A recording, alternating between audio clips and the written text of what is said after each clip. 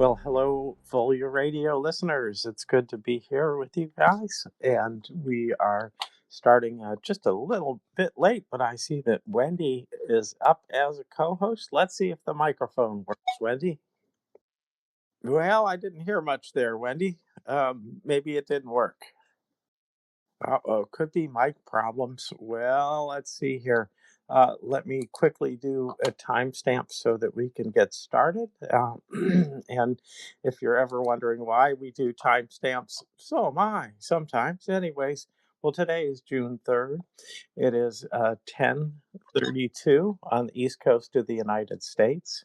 It is 15:30 in Newbury, UK, where on the 9th of June, they will be doing another collection of goods for Ukraine. And in Kyiv, it is 17:30 hours. And so let's see, let's see if Wendy is able to speak. I see no mic. That's not a good sign. Uh-oh. Wendy, can you speak? Well, I got a definitive answer there. No, she can't. So, but I do see Decoding. I see you there, and we'll get Wendy up here hopefully in a minute when she pops back into the space. But and oh, there she is. Okay, well, here we go again. We'll do it again. Let's see. Here we go, and do. Sent, Wendy. So let's hope this does it this time. And I see somebody important requesting. So, and hopefully that works and everything works. And the Twitter gods are pleased with us or whatever. The Twitter gremlins are more like it. But anyways. Oh, my mic is staying open. Yay. It wouldn't open before. well, I guess that's better.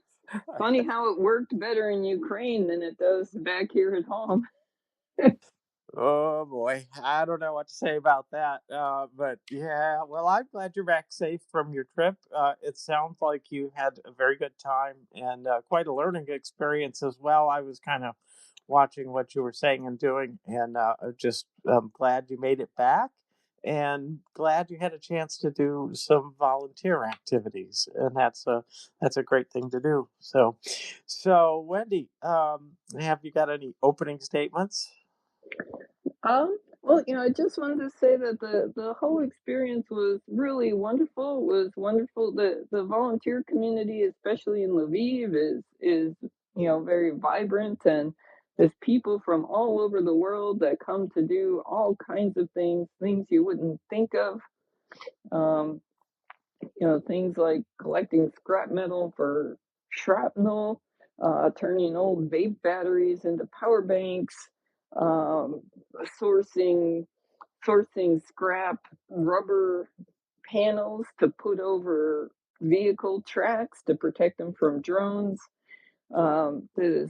People do all kinds of things for free. They're working for free, and it was just an amazing experience. The people are so welcoming. They had Vishivanka Day, and people were really thrilled to have non-Ukrainians wear their Vishivankas on Vishivanka Day, and it was a lot of fun to dress up. so it was a really great experience, and I can't wait to go back. Oh, that sounds so good. Looking forward to it myself. My time will come. But I see, Decoding, you've been there waiting patiently, and welcome up. Hope you're doing well. And let's see what you have to say. And I'm looking forward to whatever it is. Great to be here. Glad you're back in one piece, Wendy. I'll be very interested to hear how your friends and acquaintances stateside, are they curious about Ukraine or your experience there, or do people talk to you about it? I'll be interested to hear that. I have a few things to say tonight, so I'm ready to go whenever anyone else is. Just before you start, people do ask a lot of questions. People were very concerned, and I was able to share a lot of photos and things with friends and family. So it was, it was good for awareness for the people around me, and it was, it was good. I had one scary experience. I was in Kyiv for one of the big attacks. It was not it was 2 attacks ago. They do it every 8 to 10 days, and it was scary, and it really has an effect. I take my hat off to the people who have put up with that for 4+ years, because it wasn't fun. Gosh, yeah. Each of you who go there and come back and return are ambassadors for it and for the experience. And ambassadors to the Ukrainian people, who were able to interact with people, and that had, like, the hotel clerk where I stayed in Lviv just tell myself and one of our other people, Anka, that he's so glad to know people like us who come to help. So it matters to the Ukrainians too.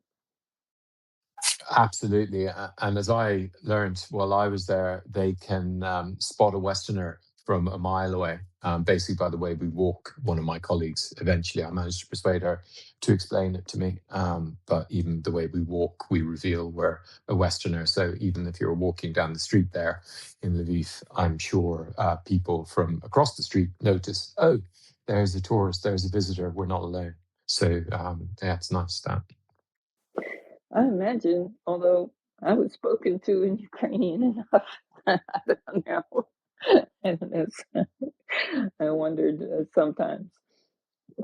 A lot of times, I think they don't always expect people to be foreigners.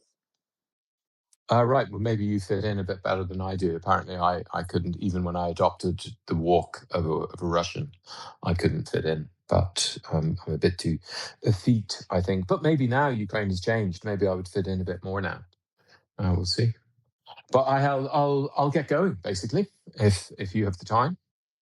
Excellent. I'm glad to be back and to hear you give your presentation. So my name is Decoding Trolls. I work on disinfolklore.eu and also disinfolklore.net, decodingtrolls.net, and powerofmana.net. Just posted one of my most important things today or yesterday on powerofmana.net, but I won't bring it into this conversation. I watched the Astana peace press conference expecting threats from Putler. But what I got instead was an hour and a half of reasonableness. A patient, faintly weary man who only wants. So this is, I've called this the reasonable man. And this is about Putler's Astana press conference on the 29th of May, 2026. And I watched it and I was amazed by Putler's reasonableness. And I noticed it, this faintly weary man who really only wants the facts established and the books balanced, who lends money rather than gifting it, who speaks openly and honestly, who keeps saying, I say this without irony. And I caught myself somewhere about the 20-minute mark beginning to relax. And that is the moment to name, because tonight's anchor is tool 1 of the 12-tool analytical method called the Disinfolklore analytical method at disinfolklore.eu, which I, Decoding Trolls, am elaborating on over these podcasts and over all of my life for the past 3 years. And the single hardest archetype to see, because tool 1 is archetypal literacy, the single hardest archetype to see is the one that arrives dressed as your friend. And all of us will have experience of this, especially in conversations about Ukraine. There is an irony in my title that an erudite colleague of mine in Eastern Ukraine would savor. He once called me, only half mockingly, an unreasonable man, in Bernard Shaw's sense. The reasonable man adapts himself to the world. The unreasonable one persists in trying to adapt the world to herself. and therefore all progress depends on the unreasonable person. And my sin in his telling was a habit of asking my superiors the questions that undermined their authority. Totally innocent questions on my part. And hold on to that, because it turns out to be the whole method. The tyrant performs the reasonable man, adapted, accommodating, asking only for facts. The antidote is the unreasonable person, the troll radar that refuses to adapt to the costume and keeps asking the question the calm was built to stop. So here's the claim of this piece, stated up front the way I state everything. The performance of the reasonable man is the costume the merciless sovereign wears to the press conference. The performance of the reasonable man is the costume the merciless sovereign wears to the conference, the wolf in sheep's clothing, the sheep's clothing of the reasonable man. The calm is not the opposite of the threat. The calm is the delivery system for the threat. And by the end, I'm going to show you that Duncy Putin obligingly names his own method out loud in his own words, and then dares us not to notice. In everything I do as Decoding Trolls, everything is proofed against the code of positive trolls. Is it generous? Is it true? Is it right? Is it patient? And I name the archetype because once you can see the archetype operating, you cannot unsee it. And recognition halves the mana. So let me begin. So the drone he had only heard about. A journalist from TASS opens with the news of the hour. A drone has come down on a residential building in Galati in Romania, a NATO member. Europe says it's Russia. Why didn't they shoot it down? And watch what Putin does. He does not answer. He performs not knowing. And this is a trick many of us who watch Donald closely have noticed him also perform. So Putin said, I only just learned before walking into this hall that some event occurred with a supposedly ours drone. If you'd be so kind as to repeat it for me, I say this without jokes, without irony. Then he demands proof and dismisses the accuser. Frau von der Leyen wasn't in Romania. She didn't examine the wreckage. And then the pivot, the real move. We know Ukrainian drones have flown into Finland, into Poland, into the Baltics. The first reaction was always, oh, the Russians are coming. And then it turned out they were Ukrainian. Blown off course. And here's what the Russian apparatus, which has cast Putler in the role of sovereign. This is what the apparatus wants you to think, wants us to think. Putin is the only calm adult in the room.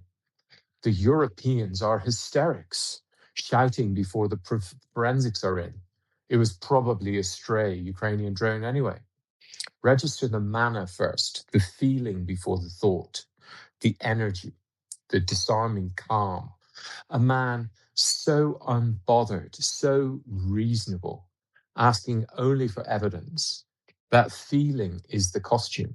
Name the archetype underneath it, and the voltage halves.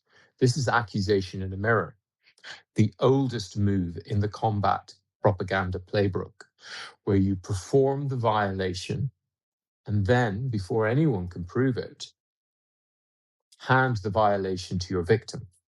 Proof it against the code. Is it true?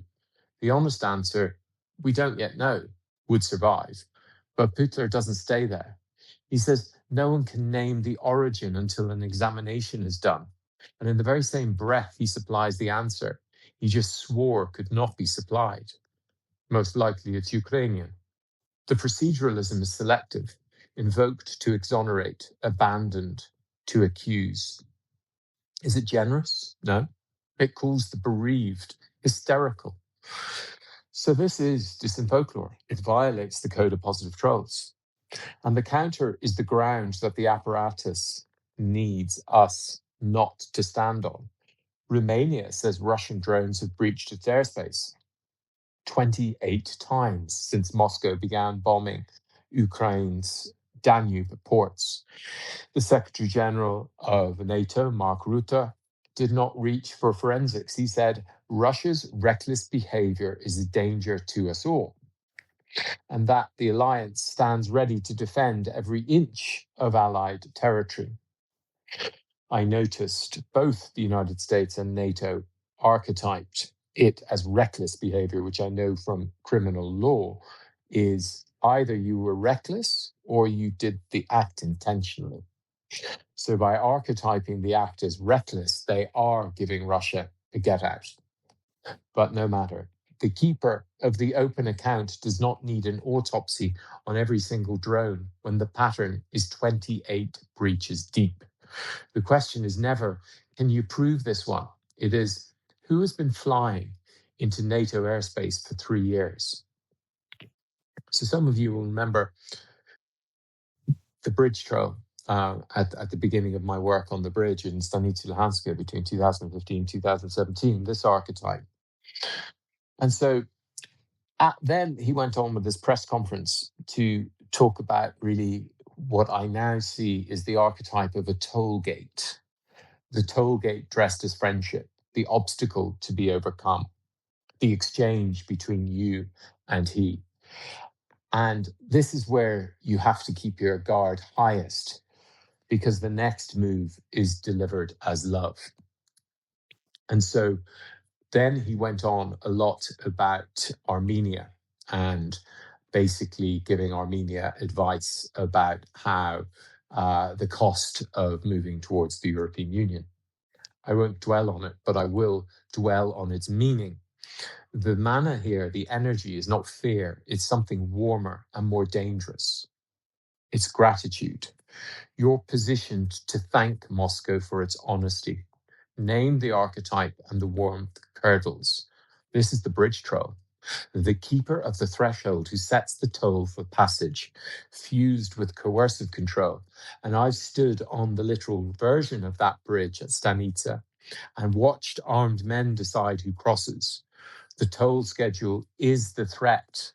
And note the tell Putin volunteers unprompted.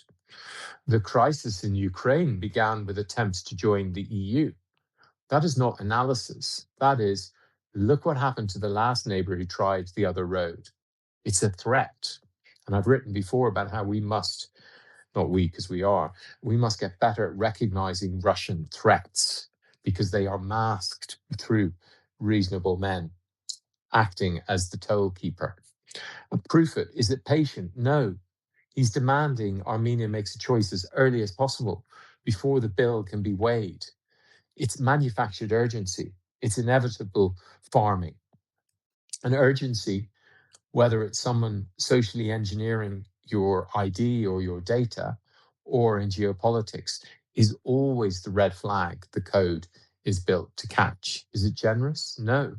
The entire weight is loaded onto a small economy, and dependency is dressed as benevolence. Is it true? The 14% is real of GDP reduction because Russia controls every lever in it.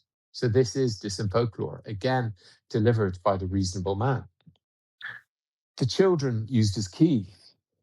So some of you will also remember the mother and the maiden archetype, which I look at as being the base for most Disinfolklore. And so the center of gravity of the whole performance of Putin in this press conference in Kazakhstan. And it's the most engineered to switch off your judgment by switching on your grief. Asked about his strikes on Kyiv, Putler turns the question into an indictment of Ukraine and of the journalists in front of him. Again, another trick we see Donald do. Our strike, too, was in response for their crimes against children in Starobilsk. Our strike on the Kyiv region, they deliberately killed our children. Is this mass media? No. It's the means of mass dumbing down. It's brilliant, terrible, stupid little pun. Mass media becomes the means of mass stupefaction. And it does three things at once. It grieves, it accuses, and it pre-discredits anyone who might check. What the apparatus wants you to think, or wants us to think, is Ukraine murders Russian children. Russia's strikes on Kyiv are righteous revenge. And any outlet that doesn't lead with the dead children is a lie machine. Feel the manner, because it's overwhelming by design. Protective fury, the oldest and most weaponizable charge in the whole folk store. This is the mother and the maiden's grief, and the martyred commanders. It must be avenged, fused and loaded. I will name the archetype precisely. It is the merciless sovereign performing the grief of the very people he targets, and laid over an accusation in a mirror, the documented mass killer of civilians performing mourning in order to license the next strike. Now I'm going to be more careful here about what the apparatus is, not less, because the method has to work the same no matter who is pointing it, or it's not, or it's worth nothing. So here exactly what I claim and what I refuse to claim. I do not assert that I know who killed whom at Starobilsk. What I can source, I will. Ukraine's general staff says it struck one of the headquarters of the Rubicon unit, a drone command node. It says runs strikes on Ukrainian civilians. We've all seen the TV programs from Russian TV demonstrating the Rubicon unit or operating out of this facility. Ukraine denies hitting in a dormitory, calling the Russian account manipulation. A local resident told Reuters the site was a former base, hit first by rockets. Reuters was not able independently to verify anything. The United Nations has no access to the territory, as we discussed last week, because it is occupied Luhansk, and could only confirm that that reportedly 6 dead, even though TASS eventually drove the children's count to 18. And as we saw 2 days ago, Putin was banging on about this Starobilsk again. So the disinfolklore is not in the grief. The disinfolklore is in the conversion of the contested grief into a warrant, into roughly 600 drones and 90 missiles against the civilian capital. One of them an Oreshnik, a nuclear-capable missile that the EU's Kaja Kallas rightly called a reckless nuclear brinkmanship. And it is in the inversion that brands the only outlets reporting an occupied territory strike as the liars. Proof it against the code, and the verdict writes itself. Is it patient? It demands immediate vengeance. Is it generous? It uses dead children as the load-bearing beam of a justification for killing more children.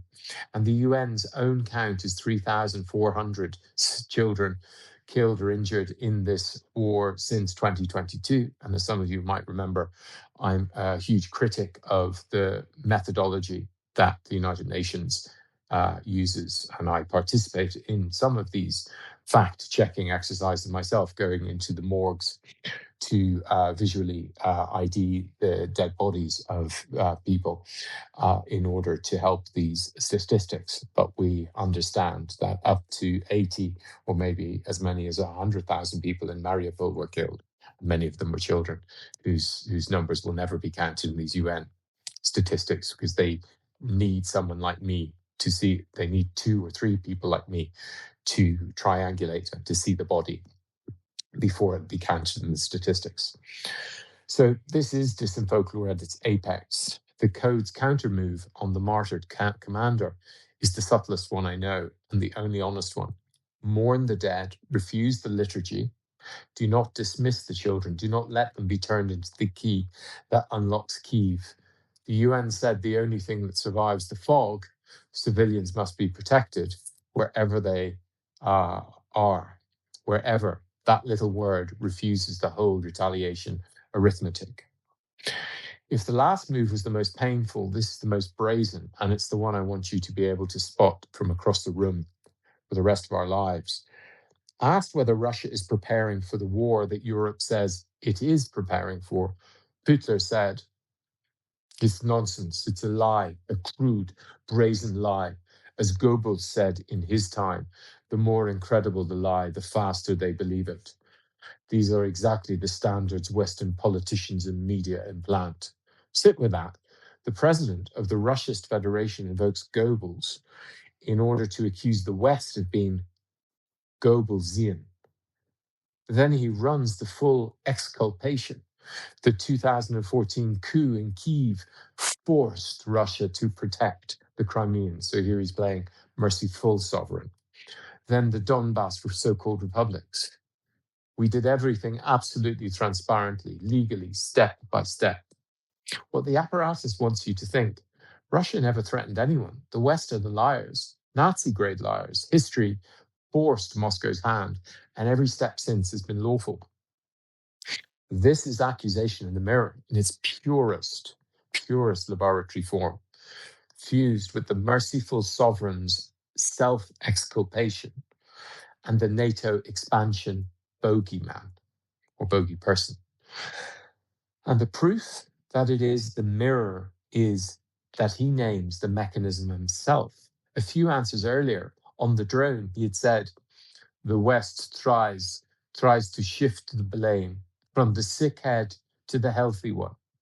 He told you the trick. He told you its name.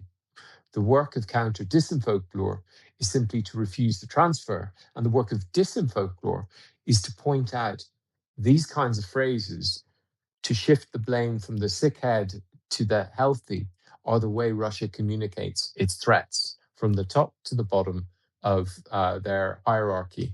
And that's what I bring to the table with disinfolklore, because as far as I'm aware, nobody else has seen that pattern and looked at it so closely as I have. So proof it, is it true?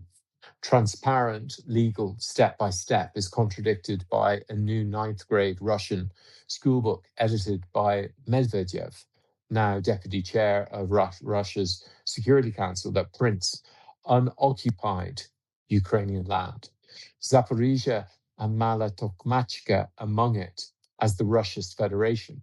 Annexation taught to children as geography, unoccupied land, under UN Charter 2.4, which forbids exactly that. And the Goebbels projection has an evidential counter too. There is a serious Atlantic Council study written before this press conference entitled Putler's Next Move, 5 Russian attack scenarios Europe must prepare for. A European defense is not paranoia invented to fleece taxpayers. It's a threat assessment that predates the man calling it nonsense. So this is disinfolklore. The one who quotes Goebbels to call you the liar has handed you the mirror. Let's hold it up to him. A lighter move, but a revealing one. Putler says, the situation is nearing completion. Our troops advance on all fronts. You see it every blessed day. What the apparatus wants you to think, the war is all but won. Resistance is futile. Better to settle now on Moscow's terms now. Name the archetype. This is the paper conquest, the claim that runs miles ahead of the territory, and it has a real-world theatre attached to it. The move the apparatus reaches for whenever a city has to be declared taken. In late 2025, Russia invited foreign journalists, as I talked about last week, and even Ukrainian ones, to come and film the encircled Ukrainian force in Kupiansk. Proof it against the ground, because here the ground answers with the numbers. The Institute of Study of War, reading the same battlefield, found that Russian forces seized 104 square kilometers in the first 5 months of 2026 against 1,619 in 2025, a 15-fold collapse. ISW's verdict on the man himself is devastating. Putler has likely developed a false perception of Russian military successes based on heavily exaggerated maps from the Russian High Military Command. Personally, I don't really swallow this. I think he knows exactly what's going on. I mean, how could you not notice you aren't in Kyiv? It's more than 72 hours. He must know it's a complete disaster. I do call him Duncy Putin, but you'd have to be really dumb not to notice that your army is not in Kyiv or in Lviv. And the counter wrote itself in the most literal way imaginable. When Russia invited the cameras, President Zelensky was there, demonstrating the conquest Russia didn't make. And the Jamestown Foundation documents that Russia's draft budget cuts on military spending while raising state media funding by 54%. They're buying the story because they cannot buy the ground. What I will not call disinfolklore, though, is the thing that the apparatus never does. And it's the thing that gives everything else what I've said its weight. I'm going to tell you where I think Putin was not running a weaponized story. And the neural network that I'm creating has to be capable of dividing memes or elements of memes into disinfolklore, in folklore, and neutral. And this is a neutral part. So when he explained the Russian export credit financing Kazakhstan's nuclear plant, he talked about standard international practice. We lend rather than gift. That is ordinary statecraft, self-portraiture. So not necessarily disinfolklore. Now, those of us who are aware that Rosatom is brutally occupying Zaporizhia nuclear power plant and bombing Chernobyl nuclear power plant understand the idea of Russia being involved in building a nuclear power plant anywhere is disinfolklore. It's to create the potential for nuclear catastrophe as leverage. When he claimed Russia is one of 3 nations with sovereign artificial intelligence, that some firms build on a free Chinese base model and Sberbank builds its own, that is a national champion sale pitch. And it can be argued with on the merits, but neither of those really is disinfolklore. And won't really code them as such. So the whole method dies the day it becomes a machine that stamps disinfolklore on everything a Russian president said. The discipline of refusing to overname it is exactly what earns the verdict when the real thing appears. If I call for the nuclear loan ordinary business, then you can trust me when I call the children as a key move an atrocity frame. The selectivity is the credibility. A troll radar that screams at everything protects you from nothing. Twice near the end, the costume slipped, and you see the thing the reasonableness was wrapped around. On the Baltic states' talk of striking Kaliningrad, Russia has every means to raze to the ground all who try, and on a claim that Ukraine had moved drone operators to Latvia, all places from which to direct, I want to stress, direct military threat to Russia emanates are legitimate targets. What the apparatus wants you to think, don't poke the bear. Any move near Russia, and the response is total and lawful. This is provocation logic. And then, this is provocation logic, don't poke the bear, in its naked deterrent form. And it pre-licenses strikes on the soil of UN Charter members by making the bogey person's threat elastic enough to mean anything Moscow decides. And here's the contradiction we must hold up against the light. 4 answers after calling the idea of Russian aggression towards Europe nonsense, a crude, brazen lie, he threatens to level NATO members. Set the 2 sentences side by side and the performance collapses on its own. Then the door he pretends is open. He floats Schroeder as a trustworthy European partner. The Nord Stream Chancellor, yes, we are friends. What's wrong with that?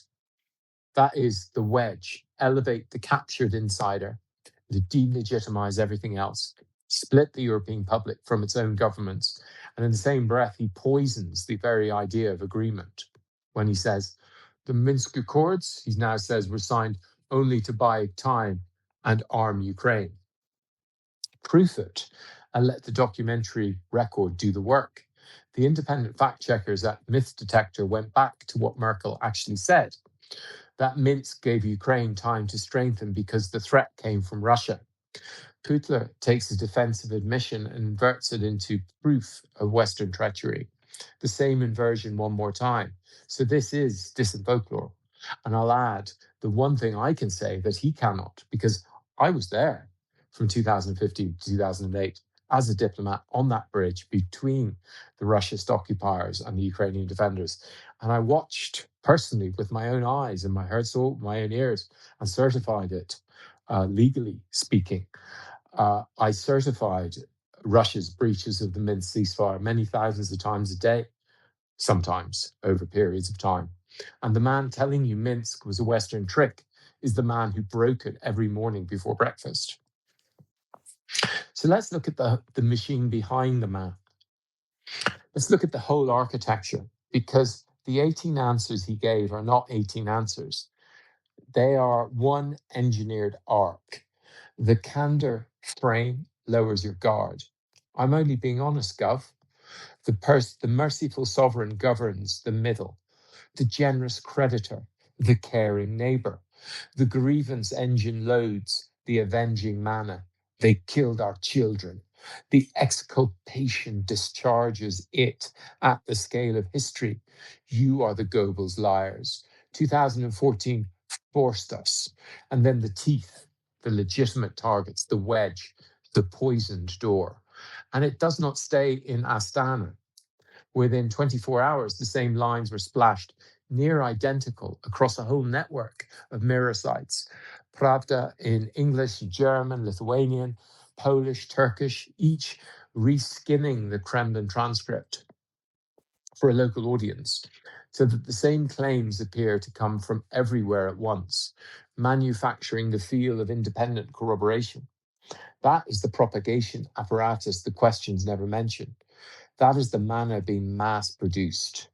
So here's the single thing I want us to carry out of this episode.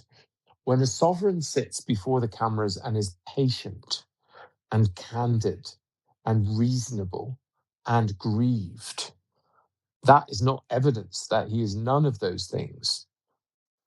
Reasonableness is a register. It can be worn. And the merciless sovereign wears it best of all, because he learned a long time ago you will lower your guard for the calm man faster than you ever would for the shouting one. He told us his own method, from the sick head onto the healthy one. Our whole task, yours and mine, is simply every single time to refuse the transfer from the sick head onto the healthy man, onto the healthy one, from the accusation in the mirror, blaming Ukraine for Russia's own murders. And that refusal has a name, the one a colleague pinned on me, half mockingly, in Severodonetsk one afternoon, on the ground in eastern Ukraine.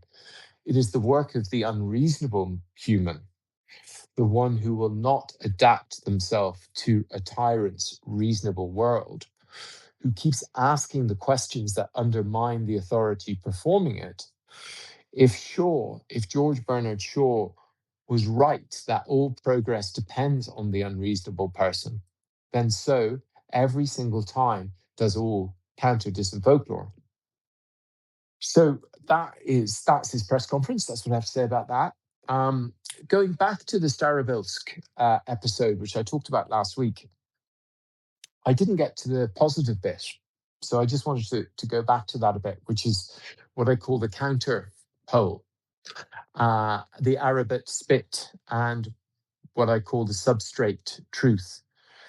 So I want to put against the Kyiv strikes that Wendy witnessed a counterexample from a few days before then, because the asymmetry is the substance of the case. The 17th of May, the Arabat spit, the long, narrow barrier island that runs north-south along the western edge of the Sea of Azov, near occupied Henichesk in Kherson Oblast. Ukraine's Security Service Special Operations Center, Alpha Unit, who many of us have helped, strikes a Russian FSB headquarters complex. 9 buildings, a Panzer S-1 self-propelled air defense system parked at the site, destroyed in the same operation. Around 100 Russian personnel killed or injured. NASA satellite thermal data confirms the fires. President Zelensky publicly confirms the strike on the 21st of May. he released the footage on Twitter. He named the unit that did it. Thanks to this single operation, Russian losses amount to about 100 invaders killed and wounded. The Russians must feel that they have to end this war of theirs. Ukrainian medium and long-range strikes will continue. Now apply the comparison. Ukraine's Arabat Spit strike, named military target, in FSB headquarters, named air defense asset alongside it, named perpetrator on the Ukrainian side, public release of the footage, open attribution, international humanitarian law observed in the targeting, transparent in the announcement. This is what striking a legitimate military target looks like. Russia's Kyiv strike 6 days later targets the National Art Museum, the Chernobyl Museum, the Opera Theatre, where Ukraine's first parliament of the 21st century met, residential blocks, a water supply facility, a market, casualties overwhelmingly civilian, munitions, the Oreshnik, nuclear-capable, hypersonic, attribution, the apparatus framing of retaliation for a contested stage 1 event, the apparatus itself probably had manufactured. This is the asymmetry. Ukraine striking Russia's military apparatus openly on legitimate targets in accordance with the laws of war. Russia striking Kyiv civilian infrastructure indiscriminately with a nuclear-capable platform under moral cover of an apparatus manufactured prior event. So when the Western press treats these two operations as morally symmetric instances of the war continuing, the Western press is failing the code of positive trolls. When the Western press's headlines use Ukraine's strike as the cause and Russia's strike as the response, the Western press is doing the apparatus's work for it. And against the apparatus's annual mass memorial fabrication on the 9th of May, the immortal regiment photos of strangers stand the genuine Ukraine memorials, the wall at St. Michael's Monastery, which I'm sure Wendy saw, and which I found at the beginning of the war, the Google Street, whatever you call it, a footage of St. Michael's of the wall empty. And then gradually we've just seen it, this massive, massive long wall being filled with the photographs of the people who have died defending Ukraine. So those photographs of tens of thousands of Ukrainian soldiers and volunteers who died fighting Russianism since 2014, the new National Military Memorial Complex, the Pantheon of Heroes, inaugurated this month, where Colonel Andriy Melnik and his wife Sophia were reburied. Statues throughout Ukraine to murdered Starosta Volya Sukhenko of Motsin, to the forcibly disappeared Sergei Tsipa from Kherson, to the named fallen or disappeared at the village scale. Real wall, real cemetery, real statues, named individuals with real biographies attached to real towns, not these fake immortal regiment photos that are tossed away at the end of the parade. The framework's name for this asymmetry is the foundation defense, where the apparatus tries to install disinfolklore mana at the foundation pole, the cognitive substrate of the post-war Indo-European linguistic order. The infolklore counter installs right mana at the same pole, same surface, opposite code adjudication, opposite substrate mana effect. The mana truly held, the energy truly held, is the substrate. The mana counterfeited collapses on the substrate it cannot back. And let me run this quickly through the 12 tools, because the toolkit, which I talk about a lot on disinfolklore.e, is what turns the case from an outrage we shout about into an instrument we can hand to other people. Tool 1, archetypal literacy. What archetype is being deployed? The provocation logic cycle. A accuses B of provoking A. Putler accuses Ukraine of forcing him to kill Ukrainians. 12th year of continuous deployment. The Starobilsk-Kyiv cycle of last week is the most recent instance of an archetype the apparatus has run since at least 2014. Tool 2, troll radars. Is this incoming or outgoing? Both incoming to me. The apparatus would like me to argue about the Starobilsk casualty figures, to litigate the Rubicon headquarters claim, to be drawn into the apparatus's chosen terrain.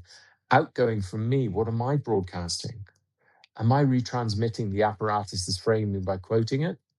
Am I distributing that picture of the black-haired French woman that so many people seem to be posting without realizing that they are keeping the troll going?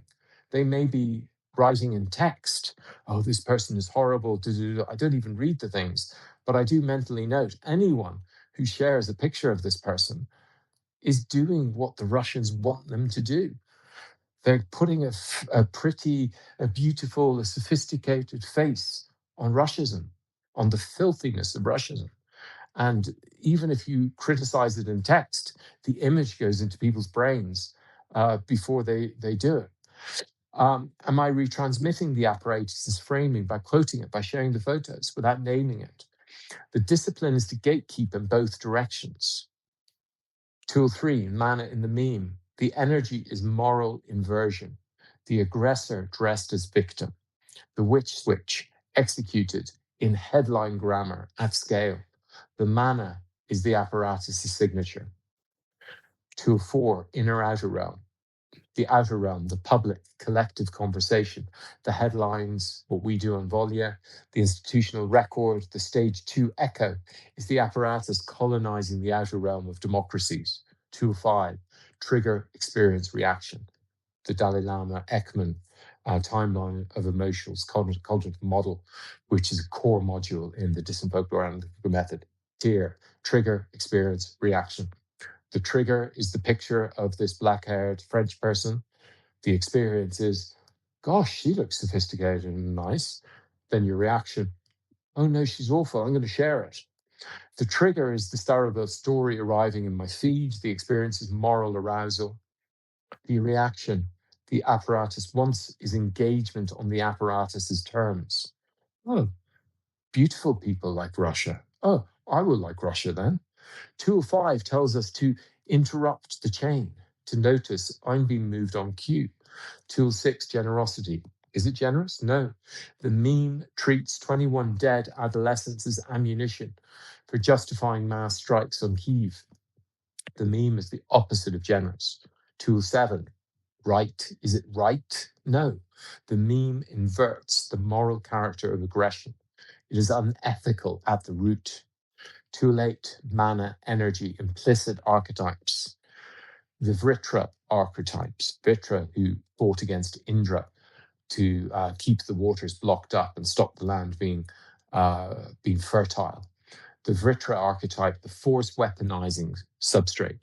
The apparatus weaponizes the international humanitarian law under which underlies our entire civilization. The moral substrate of how democracies talk about civilian casualties and turns that substrate against itself, against its own purposes. International humanitarian law was built precisely to prevent the apparatus's framing. The apparatus uses the language of the laws of wars to invert the laws of wars, then gets the UN to publish their version of what happened. Tool 9, patience. The apparatus needs us to respond now, before the framing is examined, before the contradictions surface, before the asymmetry becomes visible. And Tool 9 tells us, slow down, the cycle is 12 years old. Tool 10, mindfulness, focus. This is the operative tool of the whole case. Mindfulness as gatekeeping. The apparatus delivers you a payload. You have a choice about whether to accept it. Trigger, experience, reaction. Most of the audience capture the apparatus achieves happens because audiences do not exercise the choice, because the framing arrives at speed, dressed in the visual grammar of grief, and the gatekeeping muscle is not trained. Tool 11, insight, wisdom. This flattens, the apparatus's framing flattens who is the aggressor and who is the victim into a fog of both sides strike things sometimes. Insight requires restoring the substrate truth. And finally, tool 12, cryptotypic literacy, the RT cryptotype, the right substrate that underlies all of our civilization. The apparatus is claiming right in international humanitarian law, protection of children, condemnation of strikes on civilian infrastructure, while operating as the backward pole of the same cryptotype. It's tricking, it's dreaming. Are there the cryptotype markers of the inversion? The Mariupol boat artifact, where Daria Dugina explained to a Western journalist on camera that Ukrainians hide their weapons in schools to provoke Russia to attack the schools. The Amnesty report, which was spun by the Amnesty tweets accusing Ukraine of exactly the same. The Pokrovsk invitation that we talked about last week, the Kupiansk encirclement claim, the Starobelsk announcement, same cryptotypic deployment, different deployer class, 12-year span. The deployer is incidental. They're invoking right for something which is not right. It's wrong, and it's verifiably wrong. And one new observation as a closing note, the apparatus's paper conquests, the Pokrovsk encirclement, the Kupiansk surrounding, the maps that claim territory 30 kilometers west of Kupiansk. These are operations on what I call the DN cryptotype, on the river substrate, the Don, Dnieper, Donetsk, Don, Dniester, the flow threshold, water as substrate, as dividing land from other land. And on the other side, this ND sound, which is in our English word land, is the opposite of the DN. And it's the static counterpart, ground, territory, anchor substrate, England, Ireland, the Russian HIMAT equivalent, Russian land. The apparatus claims land it does not hold. The Ukraine counter installs our land, nache zemli. We always hear President Zelensky say that. Substrate truth naming at the same pole. Real soil, real towns, real soldiers buried in real ground. Cryptotype 3 at full force on both sides of the line. So what is the counter move? Because I'm not going to leave you with an analytical instrument and no instruction on what to do with it. The counter move is not to rebut. Rebuttal is the apparatus's chosen terrain. When we rebut the Starobelsk dormitory framing, we're already arguing about the dormitory, and the apparatus has already won because the dormitory is now the subject of the conversation. The apparatus wants the conversation to be about stage 1. Stage 3, the Kyiv strikes, the destruction of the Chernobyl museum, the nuclear-capable hypersonic. That's what the apparatus wants us to look away from.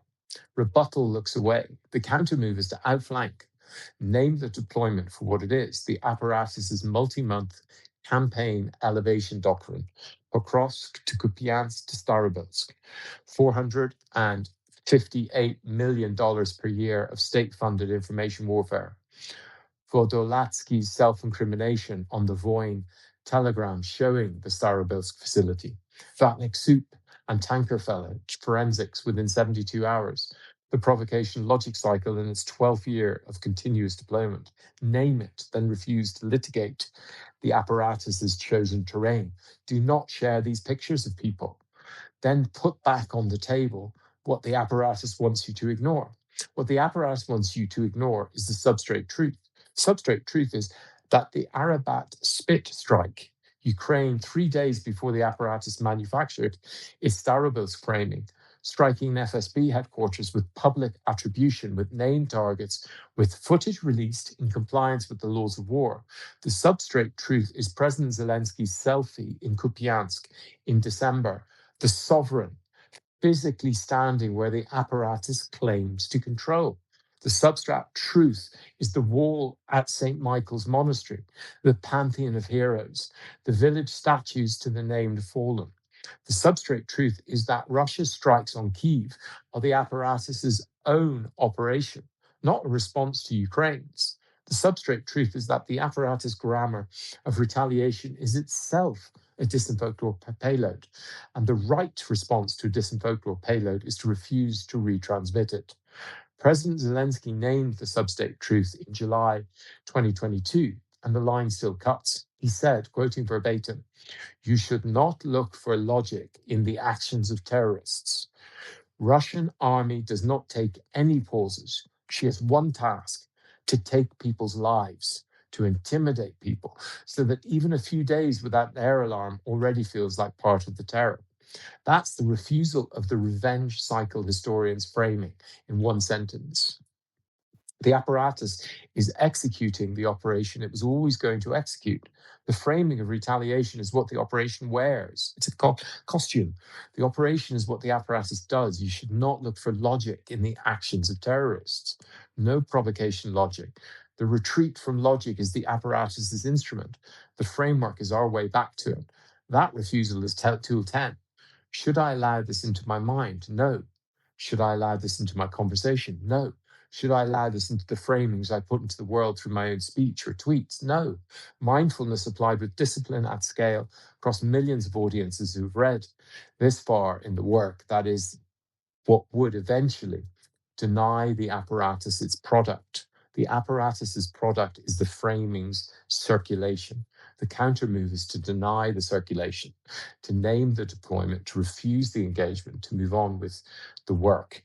The work in this case is Ukraine's. The Arabat spit strike, the Kupiansk Khartia offensive, counteroffensive, President Zelensky's selfie, 1.15 kilometers from Russia's positions. That is what winning looks like. The Kyiv, and that is what right looks like.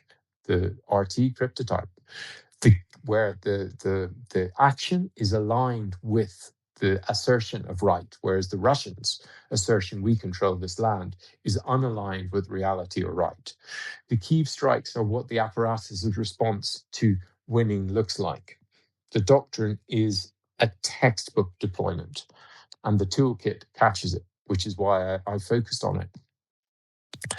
And so if you're encountering these 12 tools for the first time, the place to start is the disinfolklore.eu website, and I'll leave it at that.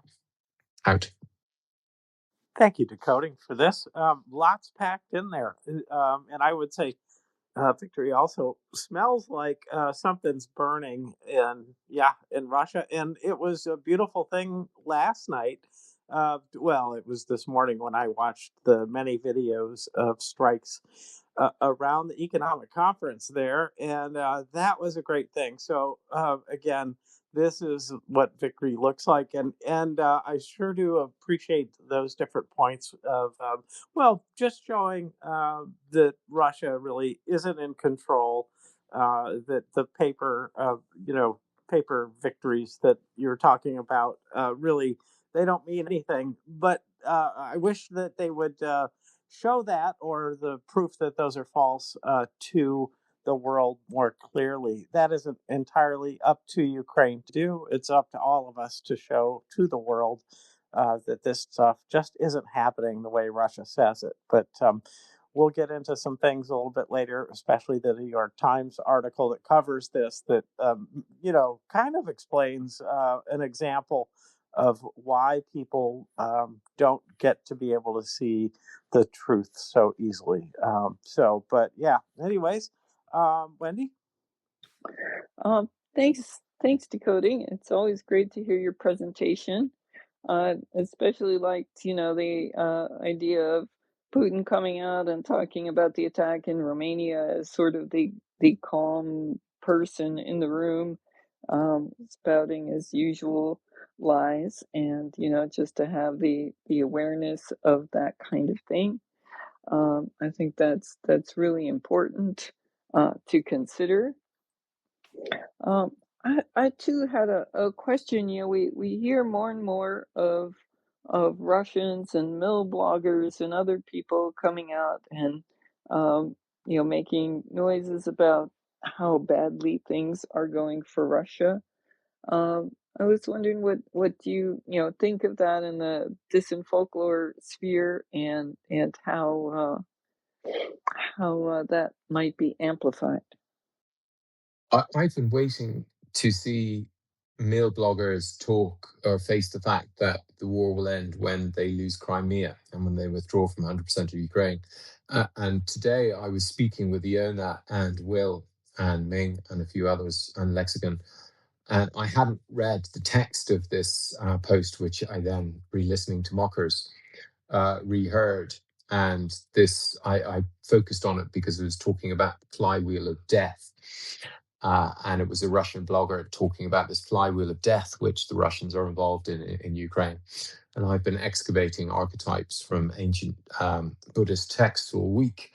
And so I've been very connected to this idea of the wheel of life and the universal sovereign. So when I saw that phrase, I was like, wow, that's amazing. It's really interesting to hear. But the real meat in that was he seems that this is the first time I've heard anyone with a significant following, anyone anywhere in Russia, realize that the end of the war is when they leave Crimea. So I've been looking for this indicator since early March 2022, and today it landed. Because as I was saying before, I had read this properly to Will on the show, I see the same pattern in what Strelkov is saying now as what he was saying in early March, which is, oh, we need a things are terrible, awful, awful, awful. We need a mobilization. We need nuclear bomb. We need this. We need that. But they never vocalize this realization, which I want to see take hold. So yeah, I'm very happy about that. I mean, I'm on record as saying that is the indicator I was looking for when the Russians start realizing that they're not going to get away with stabilizing the front lines in Donetsk. Now I know the Russian official state position is still. I saw it again this week. Didn't we see that Russia says if Ukraine just gives us Donetsk and Luhansk, then we promise we're not. Then we're not going to conquer the rest of Ukraine, which is just the most bizarre logic I've ever heard in my life, that basically these villages in eastern Ukraine, which we can't conquer militarily, if you give them to us, if you don't give them to us, then we're going to conquer every city and village in Ukraine. I mean, it's absolutely nuts, and it's embarrassing, as previously discussed, that Witkoff and co fell for that trope. But yeah, it's very interesting to see that. So I'm very happy for that. We've all been through not obviously as bad a winter as the Ukrainians, but so. How about you? What do you feel? What's the mood? I mean, Wendy, did you encounter many people in Ukraine who are tired and want peace and want to compromise? I mean, I come across people. I don't think the leadership is there. I see Akhmetov was interviewed in The Guardian this week, who's the richest oligarch in Ukraine. And he said, the war will end when and Ukraine will get back to its 1991 borders. But did you have any of those conversations with people, Wendy? Not speaking Ukrainian, my conversations were with Ukrainian people were often limited. I did not see any, hear any will to compromise. They seem kind of shy about talking about the war in general. Just statements like, oh, times are hard, or they tell you their stories of what they've been through, or sometimes it takes a while for them to tell you anything. Like, for example, the hotel clerk who I got to know a little bit, not till the day before I left did he tell me that he's actually from Kharkiv. He's essentially a refugee from Kharkiv in Lviv. And so they seem pretty upbeat. They seem pretty involved in their own internal politics. Some of the young people I interacted with, the younger Ukrainian people, were involved in protests against what they perceived as infringements on their rights, and LGBTQ rights and things like that. But they don't seem like they're ready to give up anything. They just seem very very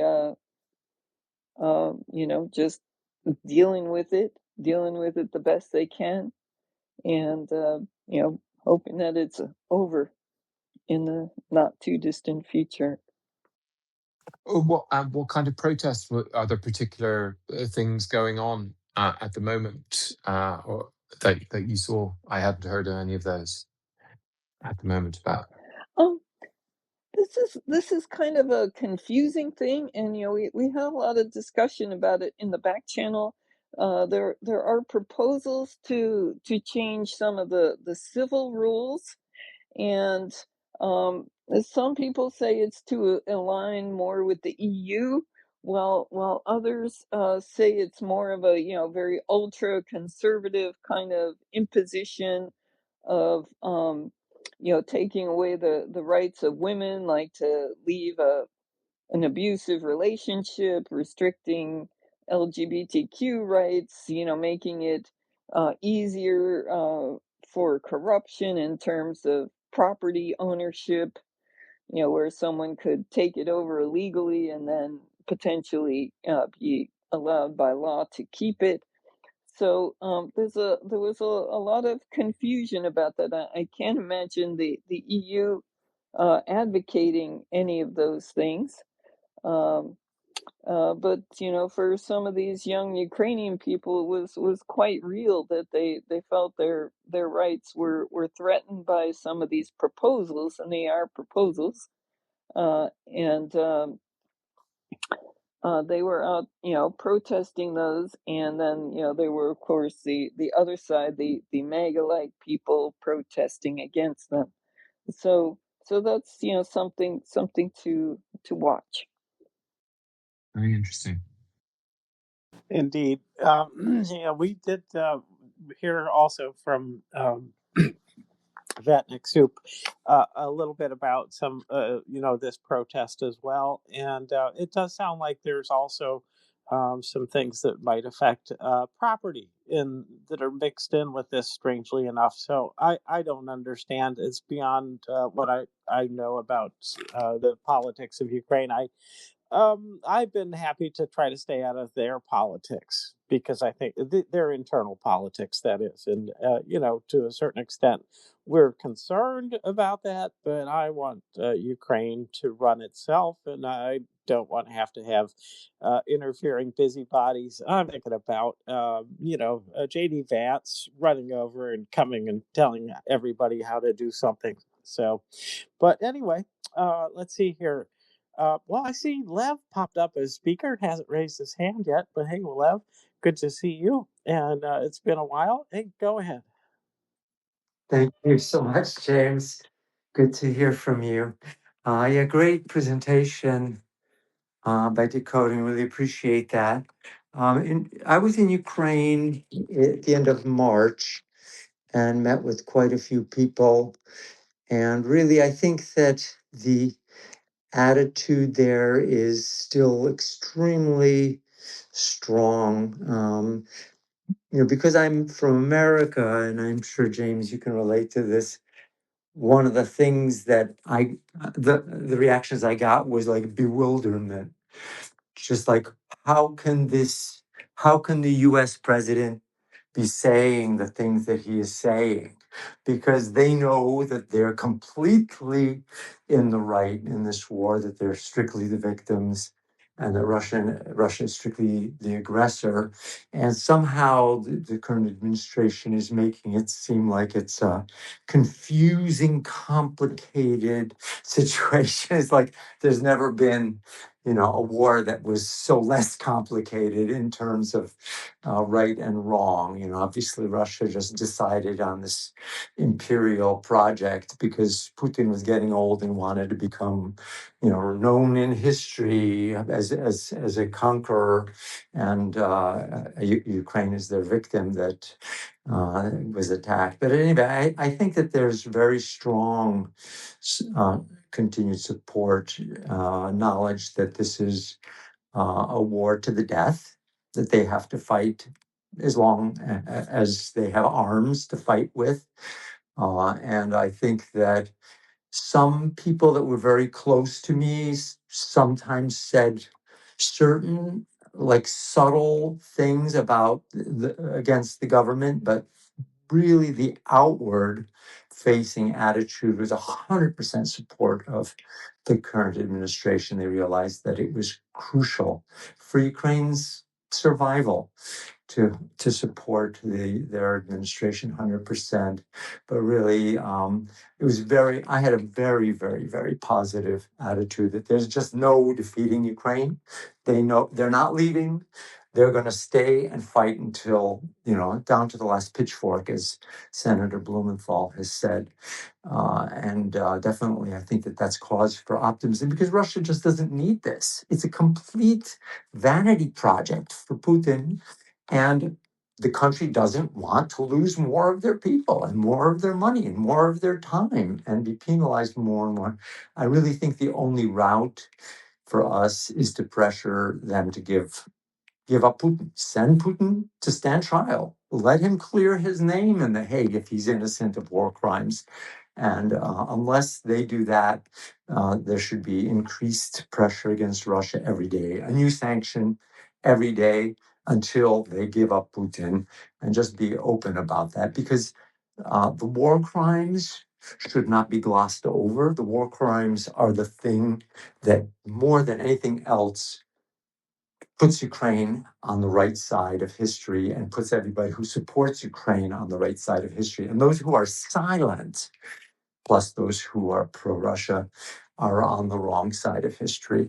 And you guys are awesome. Love this site. You're the best. Slava Ukraini. Rom Slava. Well, thank you for that. I appreciate it. That was my sense too, is that they're never ever going to give up, because giving up is worse than just being murdered down to the last baby. It really is, because and I think it's largely a matter of remembering the history that Ukraine has, and thinking back to the Holodomor. It's like that was merciless, absolutely horrible. Exactly. Million dead. Why would you want to give up to people that do this?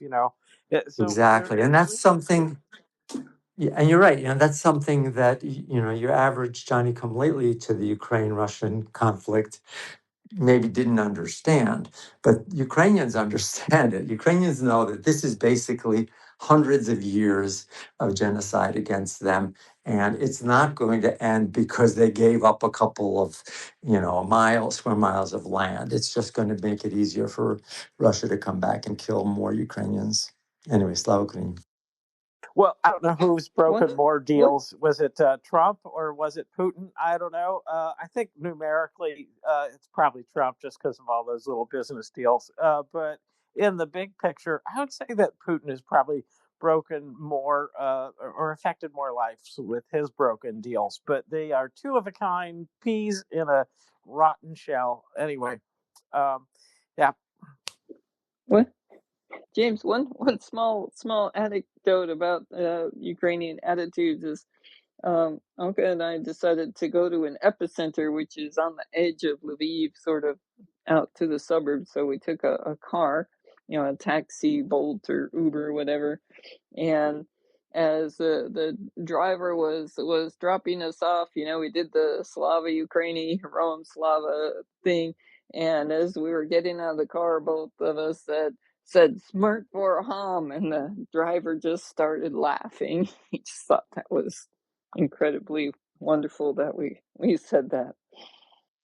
Yeah, well, I've noticed that some of our group are using that less often, and yeah, I think about it occasionally, because what I really would love to have happen, which I don't, everyone is telling me I need to have my brain washed or something, but the idea that Russia might actually become a friend to Ukraine, truly a friend, not just pretending, that is still something I hope for, but that would mean re-educating them about the truth of history, and it would mean probably brainwashing them, or what is that, when you take them out of brainwashing, so that they really understand what's up. I think they have the capacity because they're humans, but the long history of all of the lies and the the complete isolation of the country now, it doesn't look likely. So I'm not going to give up on that ideal, but it's just an ideal. So, but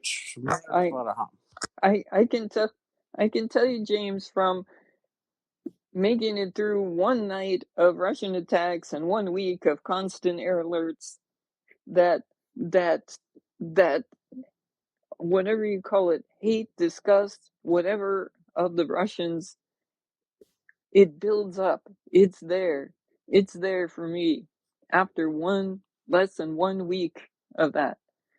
These people have put up with it for 10 plus years, and the last 4 or 5 years of the full scale invasion. That's not going away. That's not going away anytime soon. It's not going away for me, and it's definitely not going away for them.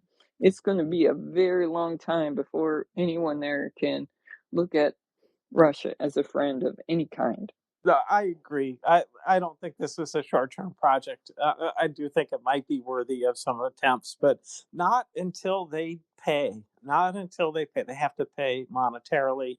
I'd like to see them further isolated from the world and so socially punished that way. I'd love to see them cut all countries. Just say, we do not need Russian visitors, so stay the hell out of our country. I'm thinking of Ireland right now. Usually I think of America, but Ireland, 14,000 Russians, visa holders going there. And it's very problematic. So I don't have any, I hope I don't have any misconceptions about the current status of Russia. They're abysmal and they bought the lies. And more than that, they have at the center of their psyche, I think, their pleasure is other people's pain. I think that's kind of throughout Russia, unfortunately. And so I don't hold any kind of hope that this is, going to happen next week or next year. But eventually, that would be a great thing to work on. I don't know how it's going to be accomplished because I'm sure that Putin and his successors are going to continue with the same kind of brainwashing and lying that they've been doing ever since who knows when. I don't even know when they started doing this, but a long time. And, the fact that they would tell you the end of World War II is the start of World War II is a different date than what we think about. That's a pretty telling admission about how far apart we are in terms of seeing the world. So I don't have any short term expectations for Russia. In fact, I have none. I'm except expectations. Yes, I do have some, like that they go ahead and die in the tens of thousands per day. That would be an expectation. I think that's gonna get close to that. Anyways, I don't want to keep going on about this. But I'm glad you came up. Go ahead, Wendy. I just want to say, I think the only thing that's going to make any rapprochement with quote current Russians is the collapse of the empire, and perhaps some resuming of relations with some of the spin-off republics or whatever it will be that result from that collapse of the empire. That I could see, but a rapprochement with Russia as it is, no. Oh, definitely not. And I don't think that they're honestly going to be, they're going to change their talk, and that reasonable guy is going to come out of the closet and talk reasonably after they lose about how good they'll be and, this kind of stuff. And I don't believe it because what they're doing is, as far as I can tell, is moving a lot of assets out of the country where they're going to be safe, where they can't be seized, and then they'll be unable to pay Ukraine back for all of the damages. And meanwhile, they will continue to do what they do, which is just the war on everybody in the world that Keir Giles really documented very well in his book, Russia's War on Everybody. So I hope that also that common sense and the interest of peace is put before money. But at this point, I don't see that in the world, not at all. I just don't see that. There's so many countries ready to rush back in and start doing business with Russia because it looks like a good deal. And for the one or two people that get bribed massively to make a deal with Russia, yes, it will be a good deal for them until they realize that they're completely on the hook, Russia's hook, and that they are never going to get off that hook, which is a very unpleasant thing. But Russia will make it as kind as they can possibly make it, while threatening your life all the time. So I think there's a lot of risks to Russia revived. And so I don't expect anything good from them, honestly. But I'd like it. That's what I'm saying. I'd like to see this. I'd like to see some strategy that might actually begin to change their minds. But I have to say, they got there first, and whoever gets to a person first and convinces them, as Russians have been, it's very, very difficult to change anybody's mind. But I was going to say, Lev, I'm glad you came up. I wanted to ask you this question about Russia and the relations that they've had over the years. Do you see any signs that there's enough Russians who are connected to the West now that they might be interested in having more close relations and genial relations with Ukraine? Well, not hearing Lev speak, I imagine he's getting another cup of coffee, Wendy. But anyway, so Wendy, where would you like to go? One Sorry thing. there, I'm here. What was your Okay. question? My question was: do you think there's any amount of Russians that want to have a genial relationship with Ukraine, a truly friendly relationship, and besides Mr. Kasparov? I really don't have that much contact. I do know some people who are Russian Americans that are quietly, privately embarrassed for what Putin is doing. The other day, well, it was a few months ago now, I saw an old friend who's Russian, and he said, "Oh, Putin, oh, we hate what he's doing." And I said, "Why whisper?" I said it, really loudly. I said, "Putin's a war criminal. There's nothing to whisper about. Let's just acknowledge it." So there is that kind of a secret, silent approach to it, which is obviously not useful. What is it that what Jonathan Fink was saying, that he doesn't even consider the concept of good Russians. He says that there are bad Russians and he says there's useful Russians and useless Russians. And useful Russians are Gary Kasparov, who is amazing, and useless Russians are those that either align with Putin and allow him or support him in his murders of Ukrainians.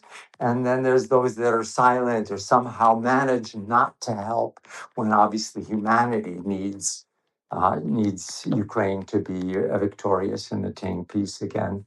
Yeah, so I think that might be one good example of it, but most of them, from what I've seen, are just sort of try to fly under the radar.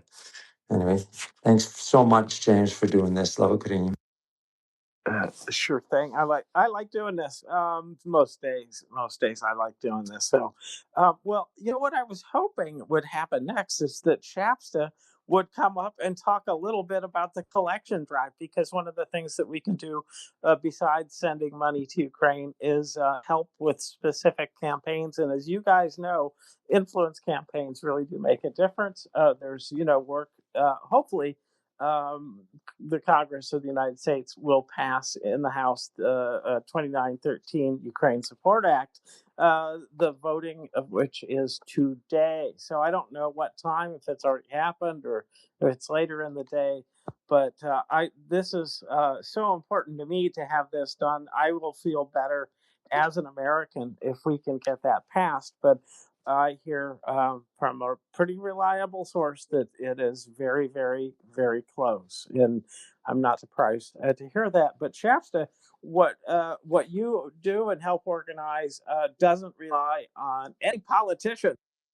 Thank God for things like that, because you guys deliver real aid to Ukraine periodically, and I know you've got a drive coming up very soon. So I thought I'd give you the chance to talk about it. It's in the nest, and people can look at that. So if you're in Great Britain, what a great opportunity! Shasta, welcome. Thank you very much. I wasn't expecting to be speaking here. I'm actually on night shift tonight. I was trying to get some rest, but as it is, there's a bit of rain and wind outside, and I woke up and I've thought, oh, I'll have a look on Twitter and see what's going on there. And holy moly, there's a Volya broadcast going on. So here I am. I was listening in earlier and very, very interesting. I do like listening to all the speakers that come up regularly. And yeah, the collection of aid for Ukraine, it's not something we see often. It's usually fundraisers, isn't it, for money, really, to try and finance something. This one is different. It's a collection in the UK. I'm sure these collections go on all over the UK, but this is the one I'm involved with. It's not very near to me, I've got to say. And I have to travel probably, I don't know, good hour and a half or so down south to a place called Newbury. At least this one is in Newbury.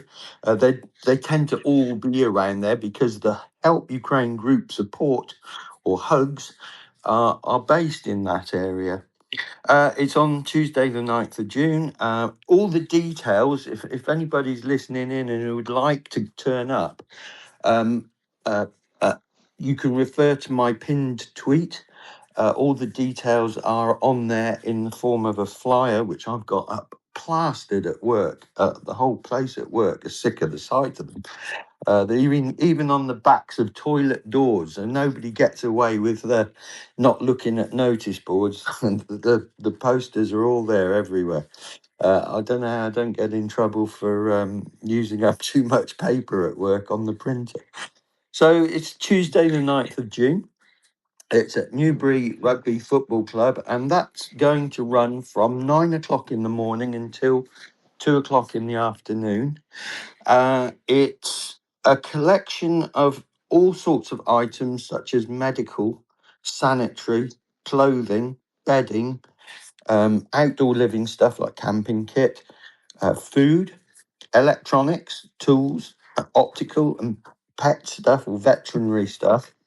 And each of these, they break down. Medical is like over-the-counter medicines, prescription medicines from perhaps relatives who no longer need a certain type of medicine. As long as it's not been opened, it can go to Ukraine, and as long as it's in date, of course. There's all sorts of things needed there, not just painkillers, but things like dressings, athlete's foot sprays, because obviously in the field people are, out getting wet feet. Even in the summer we get wet feet, don't we? If you're out and about, sunscreen, hay fever remedies, all sorts of stuff like that. Volume Radio has discussed with other hosts the great need for there to be things like disposable nappies and incontinence stuff. The hospitals are desperate for that sort of thing. Other sanitary stuff is simple stuff like wet wipes, personal hygiene products, and toothbrushes even, and toothpaste. And I go to a local supermarket where I can buy very cheap toothbrushes. They're good, but they're very cheap, and toothpaste. And I collect this over couple of months I put them into shoe boxes, And if everybody did this and brought this stuff along, we'd have masses. I'm very fortunate that I work in aviation, and the some of the aircraft or cabin crew hostesses, they've collected me loads and loads of toothbrushes that are, I think they would be normally the ones that are given out to passengers. And I get a big bag of something like 400 odd toothbrushes at every one of these dues. Clothes and footwear, boots and premature baby clothes, all has to be in good condition. Boots, I must stress that if anybody has boots that are old and been in the attic for some time, walking boot, the soles often break down and can crumble, and they don't want that sort of thing. They need military grade camo kit, dark colour waterproofs and jogging bottoms, bedding, which has to be clean and ready to use. Well, all of this stuff, the clothing should be clean and ready to use, obviously, but particularly bedding, no stains, clean, ready to use, because Hugs and Shap do not have the facility to wash anything or process anything. All we do is check that it is clean, and it's put into bags and boxes, and it's shipped straight to Ukraine, and it'll be put straight into use as soon as it gets there. Outdoor living stuff is tents, which they need a minimum of four-person tents. Other stuff like ground sheets, roll mats, sleeping bags, camp beds, and thermos flasks. Going on a little bit, food. Food doesn't need to be in glass. They can't take glass jars of food, but non-perishable stuff in tins or cans of food. Coffee, tea, energy bars, wrapped sweets, dry mixed fruit, stuff like that.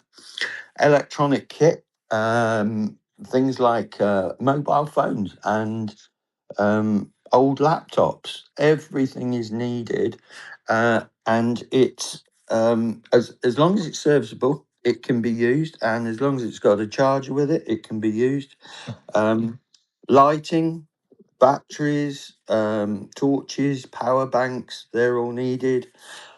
And then tools. Tools are very important. There's a big emphasis on tools, particularly automotive stuff, the stuff that you keep in the boot of your car if you're going on some kind of an expedition. Things like chargers or battery charger, spanners and socket sets, tire inflators, jump leads and tow ropes and winches, things like that. And luckily, I've been given a lot of that kind of equipment on by colleagues. So yeah, I'm really pleased about that. Optical, they don't need much at the moment. They just need sunglasses of all things. And finally, things for animals. Animals, the Ukrainians take a great delight in caring for animals, and veterinary aid is important. And there is a need for veterinary medication, which can be out of date. It's obviously discretion needs to be, some sort of. You can't have stuff that's endlessly out of date for years, but if it's within reason, then they'll take it. And really, James, that's about everything I've got to say. It's on 9th of June from 9 o'clock to 2 o'clock, Newbury Rugby Club. And Silver Lady will be there. Hopefully she's going to bring some of a famous Ukrainian honey cake that she's learned to make. And if you haven't had honey cake, Ukrainian honey cake, it's amazing. It's a lot of work to make it because it's not made like baking a cake. It's a strange way of making a cake, but it absolutely works. And really, that's all I've got to say. Back to you. That was a lot to say, and I appreciate you saying it very much. Yeah, and sorry that we got you wide awake now, but hopefully you'll have good dreams after this and sleep well. And I hope this drive goes well. I'm happy to support it. I know that we all hope that many things come in that are going to get to Ukraine and be useful there. So much appreciated, Shasta. Thanks, James. I see there's you've got AK Sabra fella. There's been a lot of people who are listening who have helped promote this and retweet and send me boosts for my flyer and stuff. And I just want to give a little bit of a shout out and a massive thanks, because they do make all the difference. And it's just so helpful. And I don't mention enough, really, the amount of people that help out, and I can't remember all their names quite often. And it's just, I'm just so grateful that so many people just retweet and boost everything here. Anyway, I'm going to go back to bed for another. Well, probably no, I'm not going to go back to bed. It's 5:10 here, and I've got to be up at 5:30. So it doesn't matter. I haven't lost any sleep, really. I'm on night shift tonight, and somebody has to do it, I suppose. And I'm assured that we won't be too late, because I had a hospital appointment this morning, which went well. And so hopefully I won't be too late tonight, but I've got another one tomorrow as well. So anyway, thank you again. Slava Ukraini. Hello, Slava. Thanks a lot. Appreciate it. Well, listen, Slava. that's one of the things that we are going to push probably one more time.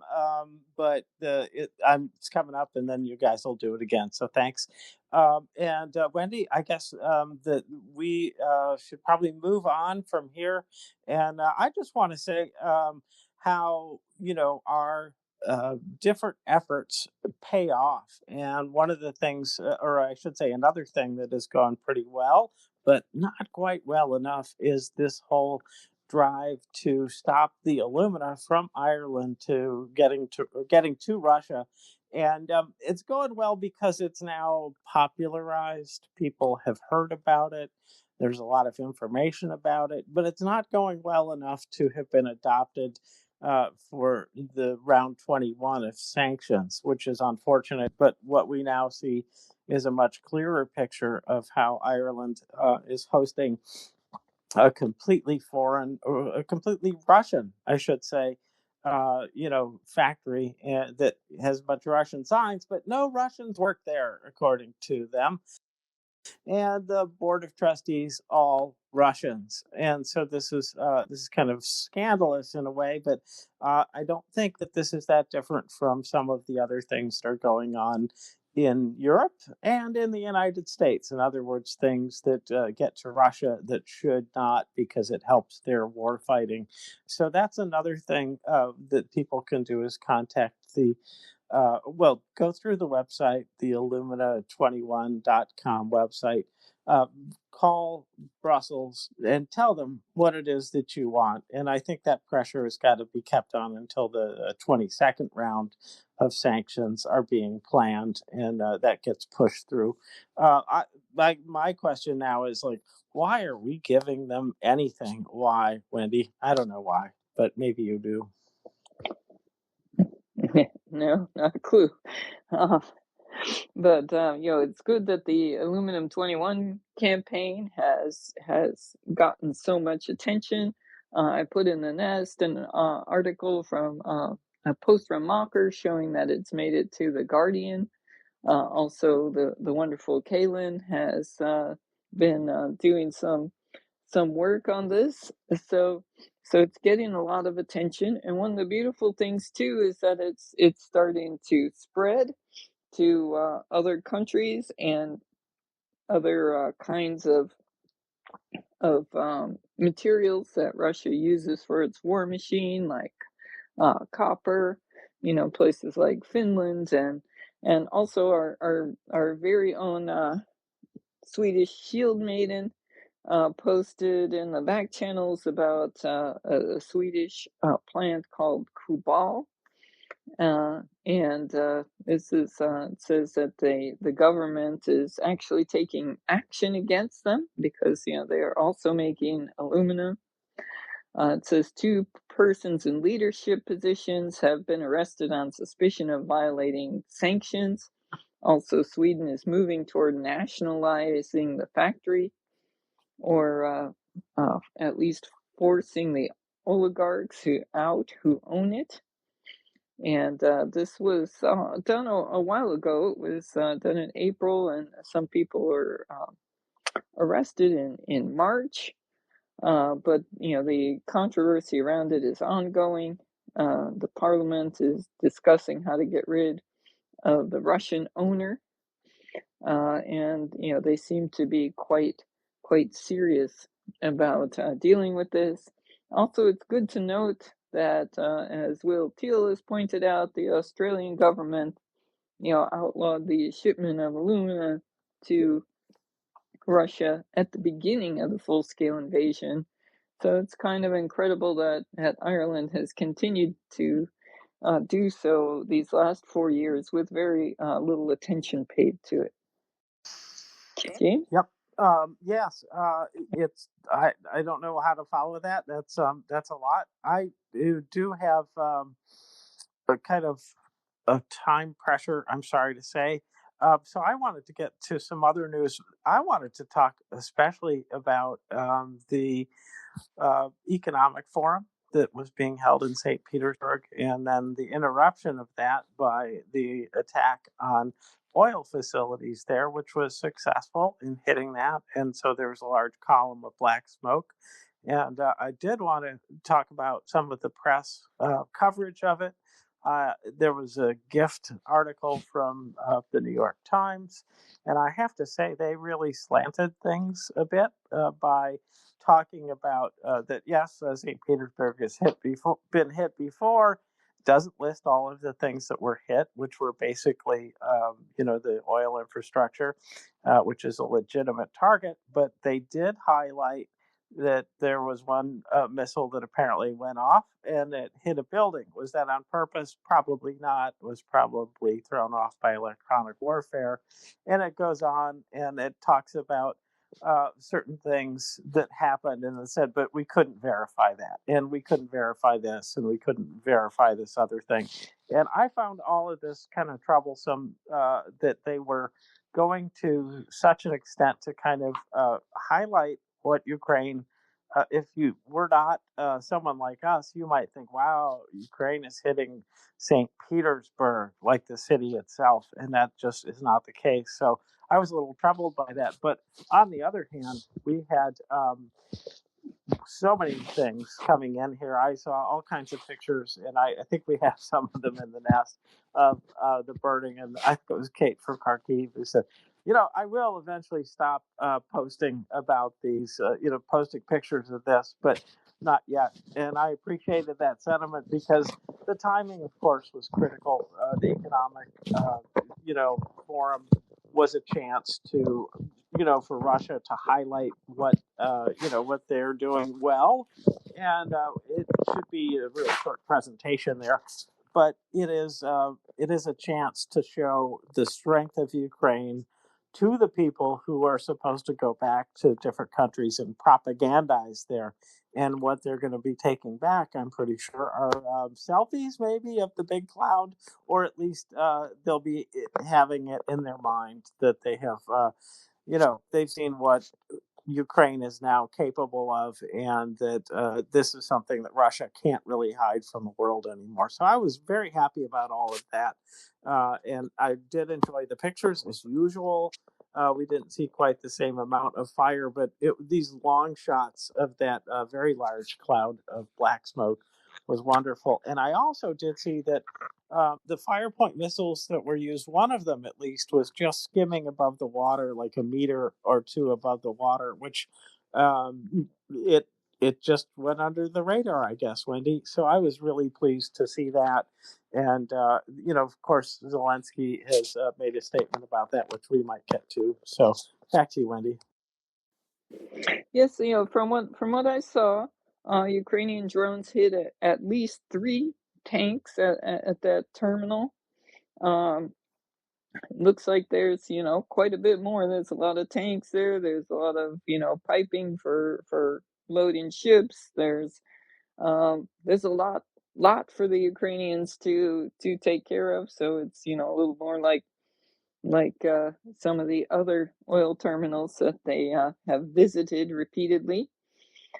So so that's something to look forward to. Perhaps as the forum continues, these kinds of sanctions can continue.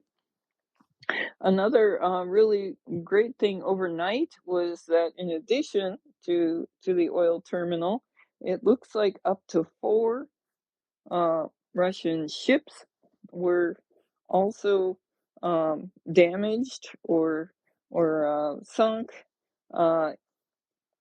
in strikes overnight. One of them is a corvette that was involved with escorting some of the Shadow Fleet tankers, and also involved in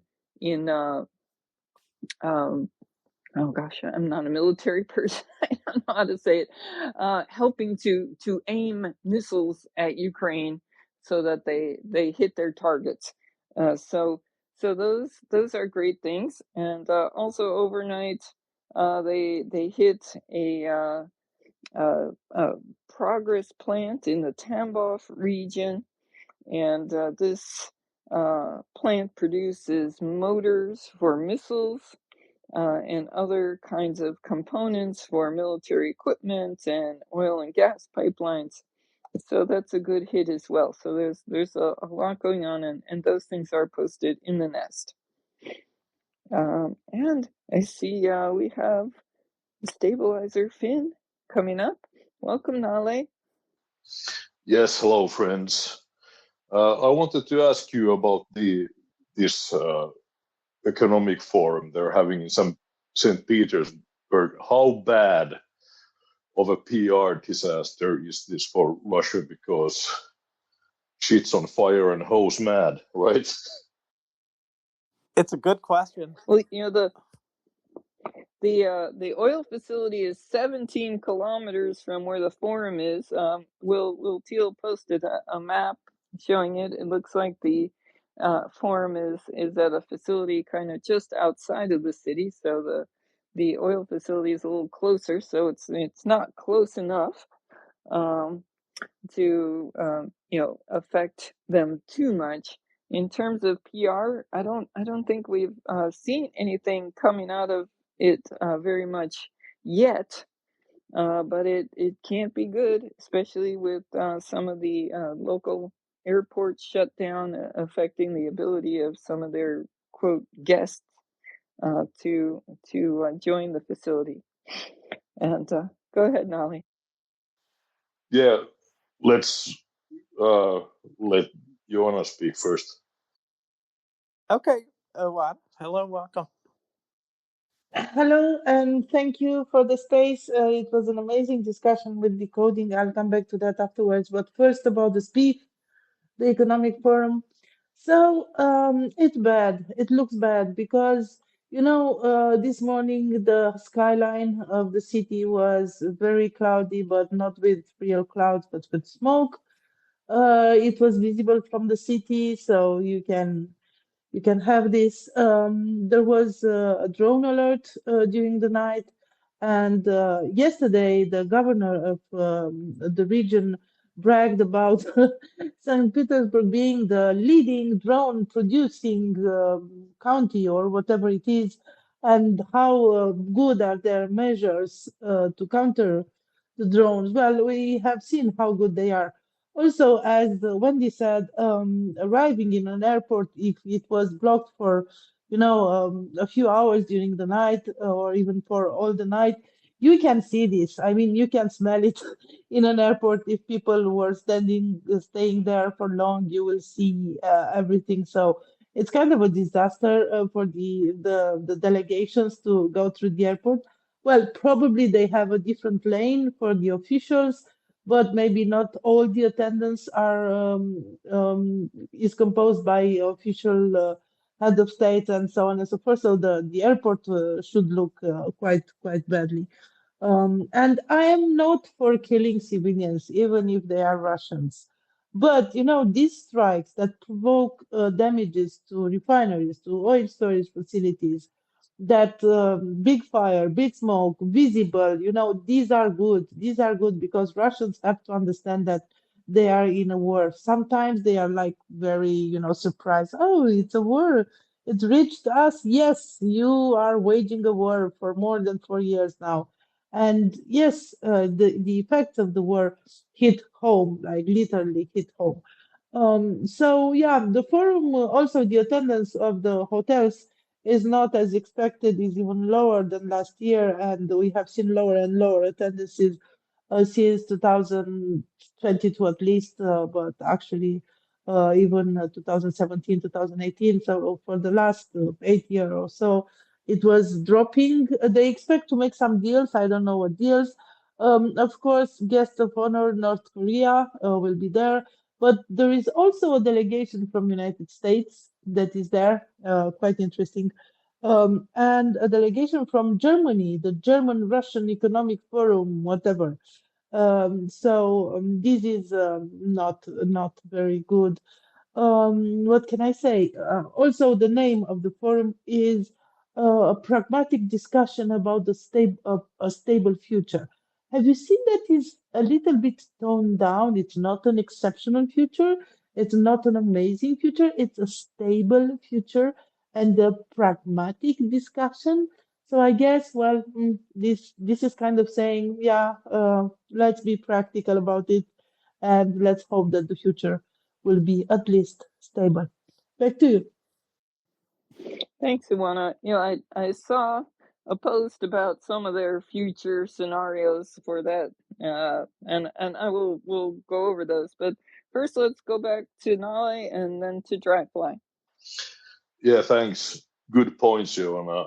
I want to ask the delegations from the US and Germany, are these like official administration sent them over and, to work there or something? And for the silly pit, who is the hockey world champion 2026? Yes, it's us. Yeah, so for the delegation from United States, it's interesting that you ask this question because I was wondering, I was reading from the Russian press, and they say we can consider this delegation as being official. So I guess it's not really official, but according to the Russians, it's official. So maybe it's a question of point of view. So, Mr. Ushakov, the Russian presidential aide, said the American representatives will be led by Rodney Means Cook Jr., the director of U.S. Commission on Fine Arts. I would say the Americans haven't been present at this level since 2017, 2018, and I consider it to be an official delegation. So yeah, fine arts. I don't know. Fireworks can be considered fine arts. Back to you. Thanks, Iwana. Thanks. Fireworks. Yeah, I guess it's a fine art. Some of them are very complex. Dryfly, please go ahead. Iona kind of summed it up. It's definitely official, but it's official in the same way delegations were official in the 1970s during detente. In other words, it's the fine arts, it's the sports, it's stuff like that. But they're the icebreakers, and quite frankly, are often surrogates or stalking horses for more substantial discussions secretly behind the scenes. I know specifically in detente that was the case. On the other hand, it's really a nothing burger. We knew Trump. I mean, what could be more official than sending Witkoff to Moscow for the White House? So they're sending people to Russia. It's. I'm surprised, quite frankly, they didn't do more. I'm surprised Witkoff isn't there. To be honest with you, to be quite frankly, I'm really surprised Witkoff isn't there pitching deals. The fact that he's not there tells you that it's there's issues in Russia. Because if they thought they could cut deals, Trump would have his boy there overnight and be looking to make the big money.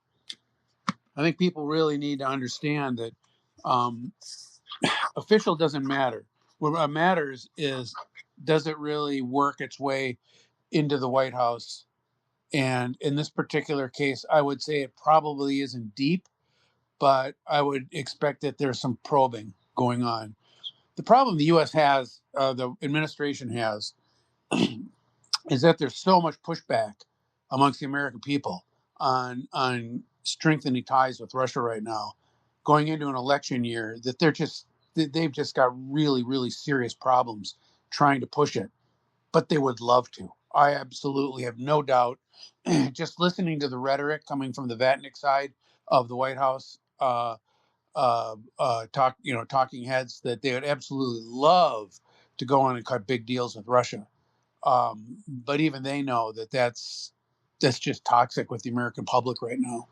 And it's not even a Republican Democrat thing. It's just that Americans are just really, really suspicious of Russia, and have been for quite some time. And there's nothing Trump can do, or Candace Owens, or any of those people, to change that. In fact, Candace Owens probably makes it worse, because 2/3 to 3/4 of Americans distrust what she says. I mean, significantly distrust it, or more. I mean, it's almost worse having her there than it would be having nobody there. So I was it official? Yeah, I think it's official in the sense that they're probing, but they can't make anything more than that official, because it'll blow back on them in Congress and in the ballot boxes across America. And I'll listen. I have the sense that this is not going to have a lot of penetration at the voting box because it's so far off right now, and the connection between Russia and the United States, I think, is being sensed in the United States more and more. They're coming. I think people are coming to understand what's going on between Trump and Putin.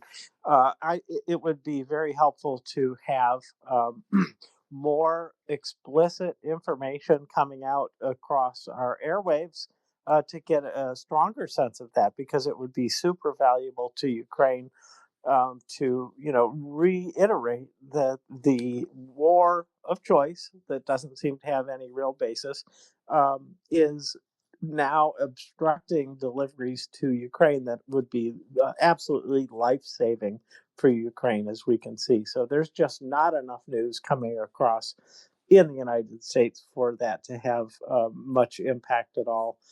So, but dry fly?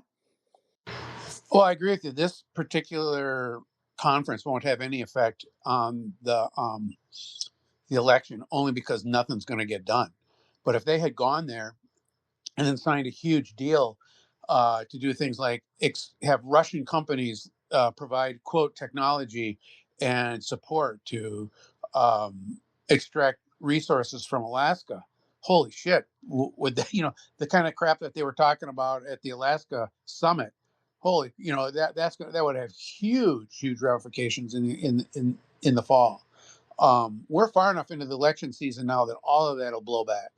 So they have to absolutely go radio silent. That doesn't mean they're not doing stuff. I think they are.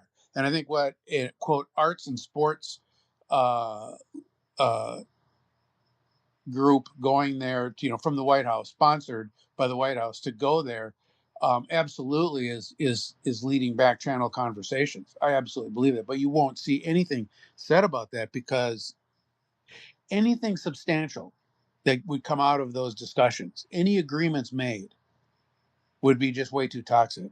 But people got to realize, in Helsinki in 2018, there's all the indications that there were agreements between Putin and Trump. In fact, Trump reneged on them because politically he wasn't able to deliver uh, in 2018, 2019, and 2020. It was predicated on him winning an election and a sympathetic House and Senate to be able to do the things that Trump and Putin were talking about, which was a realignment of powers in Europe, economic cooperation, all that kind of stuff. And it just blew up on him when Trump lost.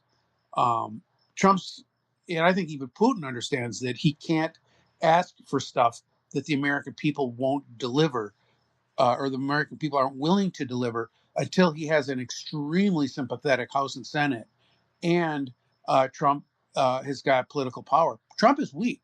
I don't think people outside of the United States understand just how weak Trump is right now. He is the weakest president right now in my life, and that includes Carter and Nixon just before he resigned. And I lived through both of those. I was a young adult in both of those. And I'm looking at Trump right now and I'm thinking to myself, I have never seen a president that has less political power and less ability to push his agenda than Carter had more ability back in 1980 than Trump does now. So I think people have to understand that doesn't mean stuff isn't going on in Eth's beef. I think it is, but we aren't going to see it, and they're certainly not going to have it above the radar. So a great quote, Art's uh, uh, summit is exactly the kind of scenario where you do that, and that was exactly what was done during détente in the Cold War. And I'll listen. I'll tell you what. After we hear about the votes on the floor of the House on 29, yeah, 20, 70. Well, oh God, I forgot the number now. But anyways, the Support Ukraine Act. I'll tell you then whether or not he's got the power, because he's had Mike Johnson shut this down for the longest time until the discharge petition had enough signatures. And I know he's probably been strong arming and making promises and deals with Republicans to get the votes to vote no on that. And then I'll tell you, Dryfly, what I think of that not having It's easy. power. It's easy to block stuff. It's easy to block stuff in Congress in a divided government. And right now we are a divided government. Trump, Trump has lost. I mean, I've heard this from Republican congressmen, that Trump has lost the House. He no longer has control of the House. But that doesn't mean stuff will go through that we want. That doesn't mean the Democrats all of a sudden control the agenda, or pro Ukraine or anyone else. What it means is that it's stalled. What I'm saying is that I have never seen it this stalled in my entire life, including including Carter's last year and Nixon right before he resigned.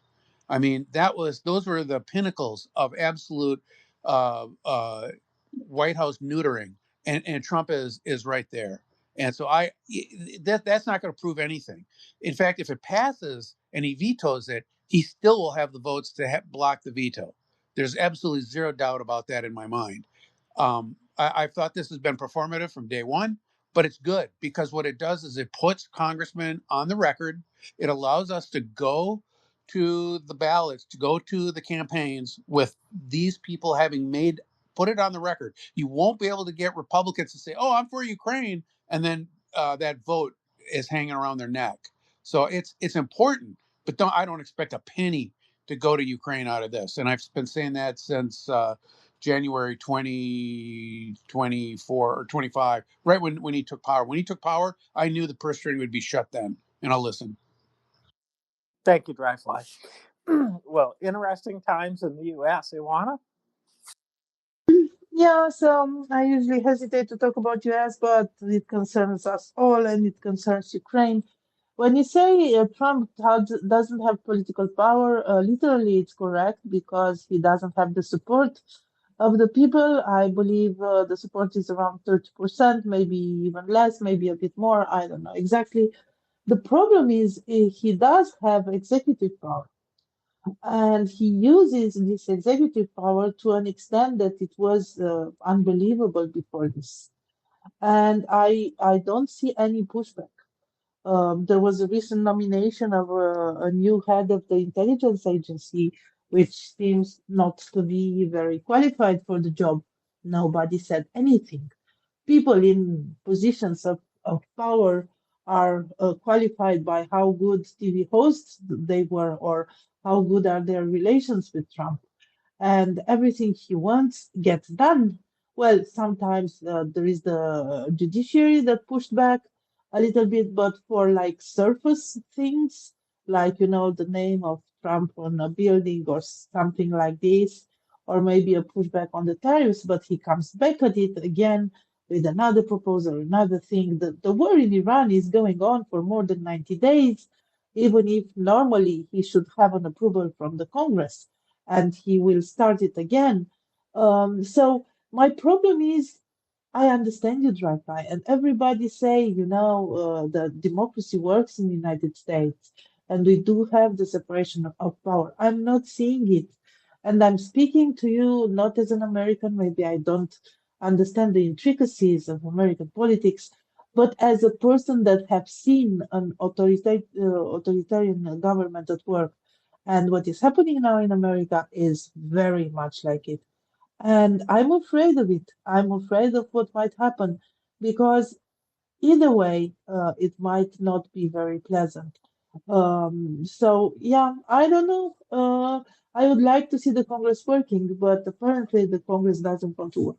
And all that happens to push back on Trump is sometimes some court, some federal court, or and I'm also afraid because the Supreme Court, or however you want to call it in the United States, is pretty much in the pocket of Trump. So I'm really very afraid of it. Back to you.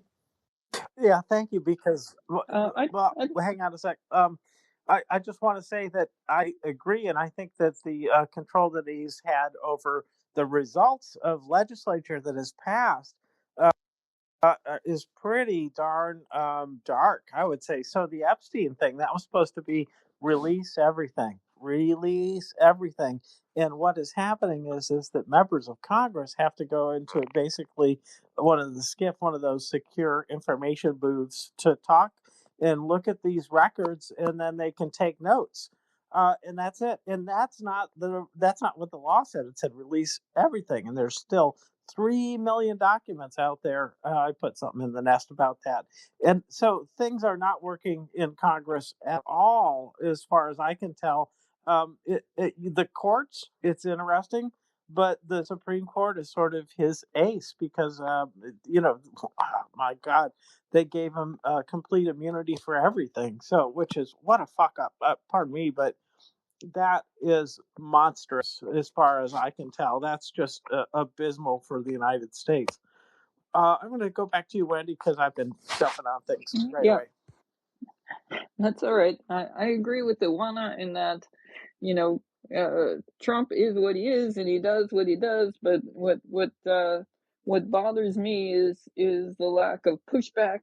You know, for somebody as supposedly weak as he is, he's sure getting away with a lot of stuff that he shouldn't be allowed to get away with. And as an American, I find that really infuriating and frightening. And I don't like to get into American politics too much. This is the Ukraine space. But so if we can end it, we'll go to dry fly. But yeah, I agree with Iwana. This is frightening. This is maddening and frustrating, and it's got to stop. Dry fly, go ahead. I'm not as frightened as I am frustrated. And the reason I'll say that, Awana, is that these problems that you guys are just all of a sudden, becoming aware of have been in the American Constitution as problems, as absolutely apparent, obvious problems since at least 1830. Okay. Everything you're seeing Trump do now was done by other presidents badly, not as badly, not as openly, not as with as much media, but going back to 1830, and specifically Andrew Jackson. We fought civil wars over some of these divisions and divides, a civil war. Okay. And we had other political, basically uprisings with the progressive movement in the 1890s, and then the New Deal. I mean, we've had the civil rights movement. We've had all of this happen before, where there was huge pushback against both federal and state government. Trump is getting away with almost nothing when you look at it. His slush fund has been killed by the courts that are favorable to him. Almost everything he's tried has been thwarted, blocked, or um, stalled. Even Congress, the Republican Congress, is very reluctant to give him stuff. What he does is he states he's doing stuff. He does an executive order. He puts the wheels in motion, and then it comes to a grinding halt. And that's been happening ever since his presidency. So I agree with you that it's frightening. It's worrisome. It has a lot of trends of totalitarianism, but he really has gotten nothing done. Shockingly little done, to be honest. And I think people need to go back to Schneider's "do not obey in advance." There's too many of us on the left say, "Oh, he's getting away with it all. He's getting away with it all." That is, in effect, a form of obeying in advance. Do not do it. Look and see, what is he really getting away with? And the answer is damn near nothing. Now, are the Republicans in Congress towing the line? Yeah, I didn't expect them to ever have a courage. The majority of Republicans in the House and Senate during the Nixon years did nothing either. They didn't push back. They didn't push back until the American people absolutely made them push back, and then they walked across and basically caved in uh, the the administration. But that only occurred because the Democrats had the House and the Senate and could push articles of impeachment and could start having hearings. And there were the smoking guns of the tapes. Okay, in a few months, we're going to have an election, and it's even Republicans want to have this election. Okay, that's the thing that people don't realize. Trump doesn't want to have the election, but Republicans do. I mean, the Republicans on the street, there are a lot of Republicans that will return to the House and the Senate, and their partisans want those people back there. So I would just not panic over it. The reason this executive uh, team that went to this Russian economic forum are troublesome is that they are, in fact, probably working behind the scenes, very, very much like the Helsinki summit was. There was a lot of stuff agreed to that we would never have agreed to as Americans if we knew about it. Trump kept it from us. He literally ate the notes for all practical purposes. We never saw the results from the translator. Still have not seen it. Okay, 8 years later, there was a lot of bad stuff that had to have gone down. My guess is there's a lot of bad stuff going down now. Okay, in St. Petersburg, but he can't bring it to the floor of the House or the Senate, and he can't even bring it out into the public in the campaign trail because it's so toxic here. So, with that respect, I would say, yes, it's troublesome. It's worrisome. It bothers me. But until he has actual support of the public for these, it's extremely unlikely to move forward. And people need to remember Hitler had a lot of support. Trump has almost none. And I'll listen. Well, that's. Thank you. Go ahead, Wendy. Well, Juana's had her hand up, and we have Liam Neeson with us with his hand up. So, do you have a comment, James, before we go to hands? No, I'll hold off. I'll be very short, and I'll come back to Ukraine. So all the historical precedents doesn't don't help at all. I'm looking at what's happening to Ukraine. Nothing is going to Ukraine. Not even what was approved before. Sanctions. Some of the sanctions were lifted for Russia. Putin got a red carpet treatment in Alaska. They are talking and talking and talking and going to Moscow all the time. Nothing is going to help Ukraine. And also, started the war in Iran and spent in 2 days or 3 days more Patriots, twice the Patriot missiles that Ukraine used in 4 years of war. And it started the war like, on pretense motives, while he could have helped Ukraine and pushed Russia to go home, and maybe Iran would not have been a threat. So when I'm hearing, yeah, but he doesn't have any power and so on and so forth, I'm looking at Ukraine. This space is about Ukraine, and what is happening with Ukraine is not good because of Trump, because of this administration. And until I see the Congress doing something to help Ukraine, I will not shut up. Thank you. I appreciate that very much. And 100%. right on. Yep. Hey, Liam, welcome. Hey, can you hear me? Loud and clear. Yeah, the only thing I wanted to pop in to say is that if you're a supporter of Ukraine and you're still believing that Donald Trump is going to come save the day, you really have to realize that you can never kiss enough Trump ass to get this to work.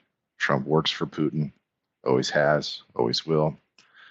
I think he started this war in Iran just to close the Strait of Hormuz on purpose to fund Putin's coffers, because that's all he's really accomplished. The only person benefiting right now in this global energy mess up is Putin.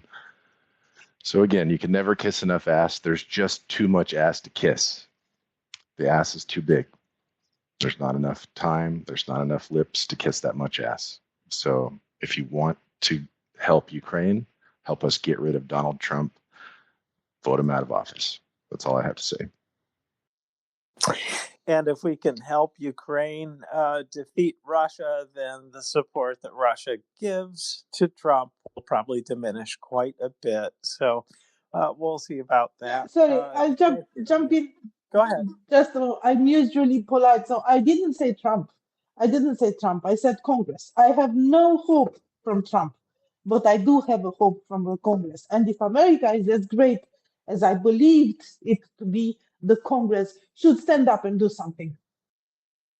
I have hope, but I don't. I don't know what to expect. So we'll just hold off. I hear it's very close, is what I've heard, and I believe the voters today will find out. Trump is a lame duck, and 70% of the voters, including conservative American voters, support helping Ukraine.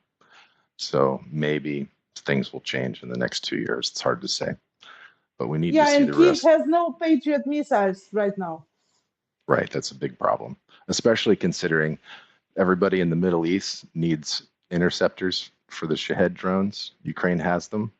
So I say, hey, Ukraine, why don't you just say, hey, we need those interceptors and we'll give you our interceptors. You know, why isn't that deal happening? And it's because Donald Trump doesn't want it to happen. Yes, Ukraine has indeed been pushing for that. And it has not come to full fruition yet. James? That's right on. It's a real problem right now, and we saw that with 17 ballistic missiles going into Kyiv unstopped, and that was a huge humanitarian disaster there. That I don't think the world is fully aware of that. Most people don't know. It's a real problem, and I don't know that they'll come through at all. Iwan, I really don't know if the Congress is up to this. They could also just have passed some of the no-cost bills. I think that this one is a mix of some aid and then, applying sanctions such that the president cannot take the sanctions off, which is a very good move. But the little bit of money in there gives those that don't want to spend money on Ukraine an excuse just to say no. So I think there's a whole lot of other opportunities, but this was the big push here. And you saw how long it took to get the discharge petition done. And so if it fails, it's probably not going to come up again. It's very sad, but let's hope it does. And I don't know what else to say. We'll find out by the end of the day. And I wondered if Mary is here and if she's, I hope she comes up and says what the vote is if it happens anytime soon, because I'm not watching it at the moment. Wendy, I see we got two hands. Dryflies had his hand up for a bit, and then Iwan. I'm going to do the spoiler alert. Congress isn't going to come through. Okay, because if they pass the bill and Trump vetoes it, they won't have the votes to pass the veto. Okay, so they're not going to come through.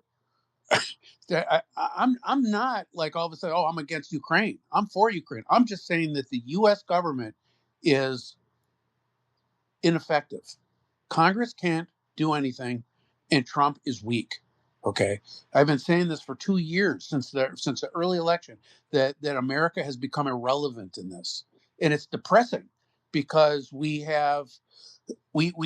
do control the Patriots. It was why in 2016 I was literally all but in a fist fight in a bar in UAE telling Europeans, you guys need to rearm. You have no idea how dangerous this man is who's just become president.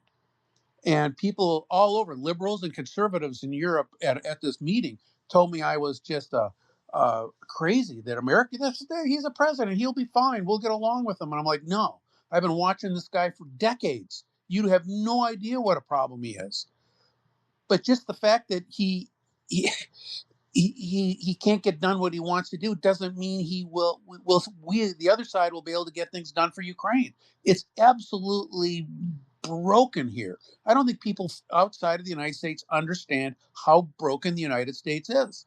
When we were talking about Russia going down down the tubes and how the U.S. could help Russia. And I told Will, I don't think the U.S. can help Russia. I don't think we're capable of helping ourselves right now.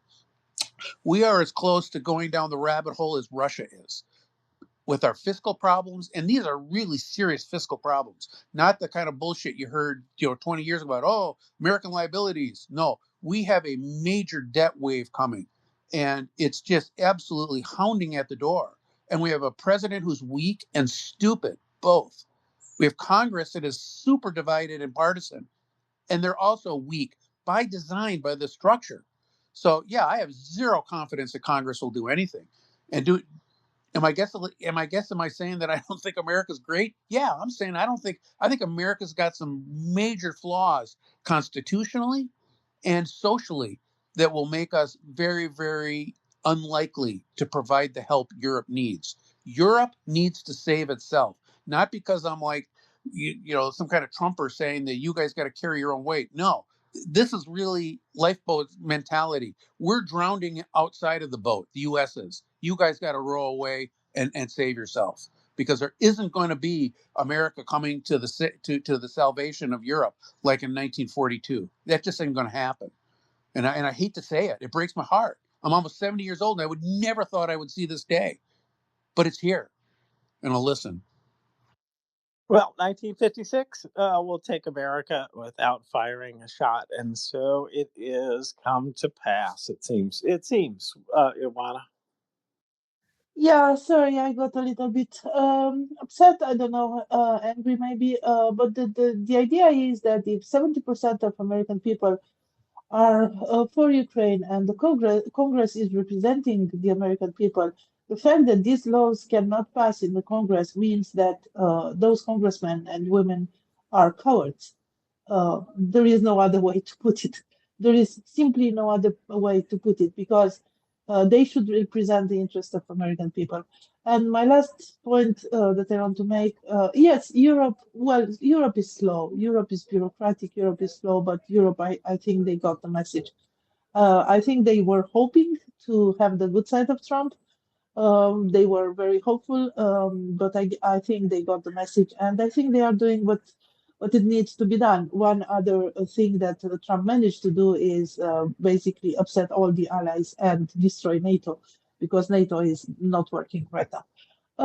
But my last point, if Trump really wanted to be the president of peace, even if, renaming the Department of Defense in Department of War kind of says everything that there is to be said, he should fight terror. And what Russia is doing in Ukraine is terrorism.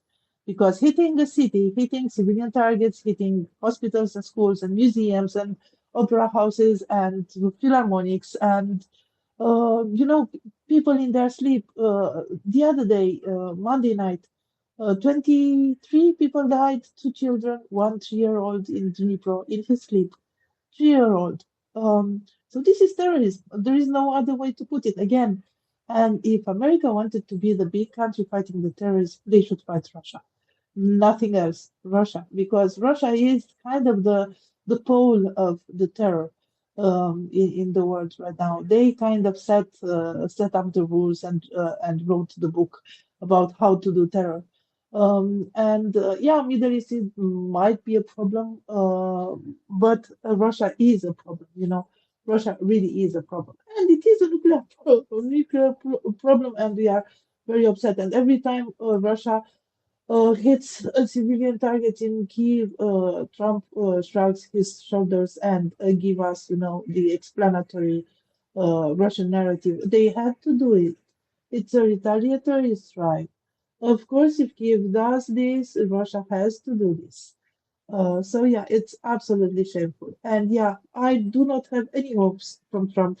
I kind of see what he is, and he is a nothing. But I had hopes for the Congress and for the American people, and I'm not seeing it happen. You are spot on, Ivana. Thank you so much. James? I agree with that. I don't think they're going to do it. And I thought it would be valuable to get Trump isolated, but not enough Republicans feel that way. And if they had passed this, and then Trump vetoed it, well, okay, then we know where the real problem is. And that is where the real problem is Trump. But not enough Republicans. If it comes to pass that this fails, then it will show that there's not enough Republicans who are willing to, argue with Trump about Ukraine. And unfortunately, things could get worse after the midterms. We just don't know what will happen there. Honestly, we don't. We don't know exactly what the effect of the gerrymandering will be. Which, wow, what widespread gerrymandering there is too. So, and it may not be bad at all. It might be that the change in the population's views of what's going on have changed so much that the gerrymandering won't matter as much as we think. We'll see. We'll find out. But I agree with you, Wendy, that we have had. It's important to discuss America in the context of Ukraine. It really, really is. And so, talking about this vote and the results of it are good stuff for us to be doing on this show. But I don't know that we have any more avenues to discuss that really are helpful, except I will say that there is a whole list of bills that are out there. And in particular, the state sponsor of terror bill, I think, is something that should and could pass, and it has implications, but it faces the same kind of fate probably as the Support Ukraine Act. So anyway, so we should probably go to other things and talk about them, and let's see where to go to. Oh, I did want to mention that this Epstein thing is still kind of looming over everybody's head, and other countries have already made arrests. People have lost their positions because of this, and nothing has happened in the United States as a result of this. And they've not released the data as was required by law. So I want to just report on another failure of American politics, or in politicians, I should say, because they are not executing the law as it is stated again. So this is just more proof that we're not in a very functional mode at this point in the U.S. So with that in mind, and by the way, he's got a war he can't even figure out what to do with. He just can't, and we don't know how long this will last. I say it'll go right up until the midterm, until there's a bigger solution. But $300 billion is ridiculous. Anyway, Wendy, we have more news we should probably go to. Yes. Yes, I wanted to cover one more thing related to disinformation, since that is, part of the base. And also there's, other big positive news for Ukraine about their control of Russian logistics. But first, let me go back to the St. Petersburg Economic Forum, and it was mentioned earlier that the Russians are saying, give us the Donbass and we won't go for anything else, and anybody who believes that is a fool. But here is their own stuff from their own forum in terms of future scenarios. It says 2036, a clear image of victory is the ideological war based on forecasting and design. The annexation of Kyiv, Odessa, Kharkiv, etc. Victory in the ideological struggle, final consolidation of a sovereign worldview, establishment of bipolarity while maintaining opposition in which Russia plays the main role. And then they are collapse of the EU, the crisis of American centrism, the creation of a fully controlled buffer state on the territory of Ukraine, or the annexation of Ukraine to Russia, or the creation of a new East Slavic state. That's their 2036 future goal. What America and Germany are doing in such a forum is beyond me. And then for 2050, they want leadership in ensuring global security and justice, complete multipolarity, strengthening of Russia's subjectivity, formation of our own macro region in Eurasia, trinity of the Russian people, and the death of the imperialistic plans of Western countries. So again, anyone who thinks that Russia is a potential partner, a potential good guy now or in the future, I think needs to do some serious thinking. James? Wow. That sounded like a load of bullshit. And especially in light of what they've been doing to Ukraine. Yeah. So justice. No, I don't think so. Goals, You know, goals are goals, goals, that's their well, goal. their goals. That's right. I'm going to eat some chocolate and lose weight, I think. Yeah, that kind of goal. Yes, that's what it sounds like to me. But um, anyway, I don't know what else to say about that. It just doesn't sound realistic. And also, I think that there's going to be a lot of pressure on Russia until they lose this war. And once they lose this war, then I don't, unless if they do somehow overtake Ukraine, then yeah, Europe will be in trouble, probably attacked immediately. And then they may be able to get what they want. But if things go well in Ukraine, then, and if Europe doesn't forget the lesson that should be learned from this, then I think Russia isn't going to have much force in the world any longer because Europe will be well prepared to deter Russia. At least that's my hope. But I see Dryfly, you got your hand up. I was going to say, I'd expect nothing else from that forum.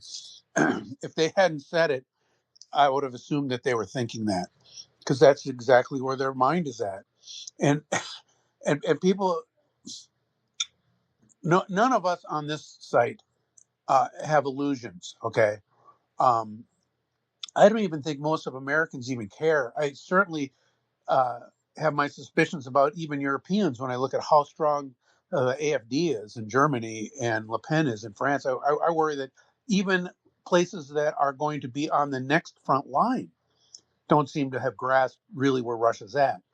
The only good news from this is that Hitler had the same delusions literally as the Russians were crossing over into German territory in World War I in 1944. Hitler in the bunker was still planning, the new, the 1,000-year Reich, literally right up until the point where he put a bullet in his mouth. So I hear this stuff. I understand it. It's concerning. We haven't won this war yet. It's looking bad for Russia. It's looking really bad for Russia.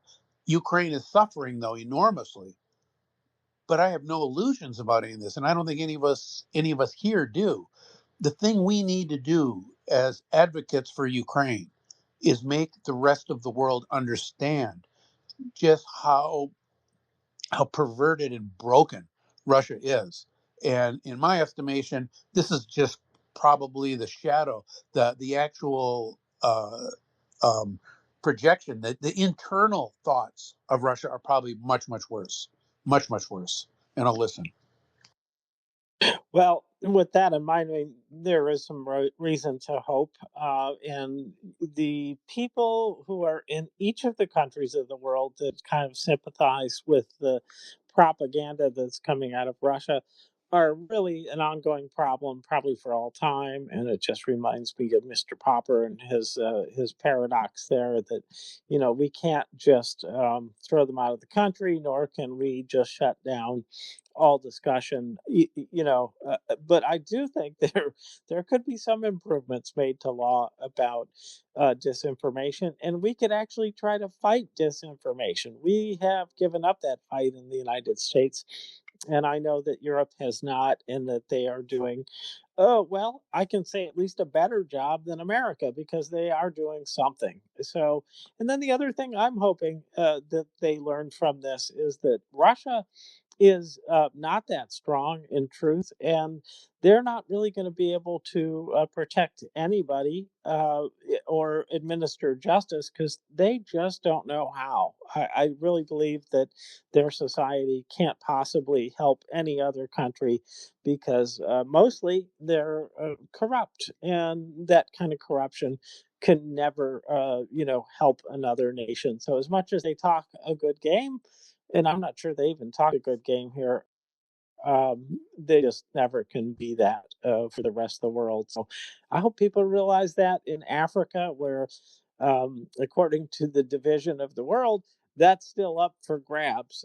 Because I've heard China will get this, and Russia will get that, and the United States will get that, with, some parts of the world left open. But I hope everybody's getting a good look at this. So anyway, I don't know what else to say, Wendy. Thanks, James. Yeah, just the only thing you can say is to just realize that it's all lies. Like the story I told a few weeks ago of the Russian man who stayed with his house in the occupied territories, thinking he was safe because he was a Russian citizen. They beat him, threw him out, burned the house, and he managed to escape the occupied territory. This is how Russians take care of Russians.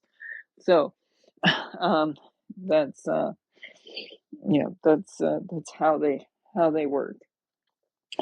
But anyway, I wanted to go on with some of the good things that are happening in Ukraine. But I need you to take it for a minute because my AirPods are failing. I need to switch them out. Okay, no problem. Let's see here. Let me go down here to this end. We talked about that. We talked about that. And okay, I'm going to do the numbers because you have something coming up, but I do want to get to this. And this is something that I think applies to us as well as anybody else. We are in this war together. We have done several things that have been very helpful, I think, for Ukraine.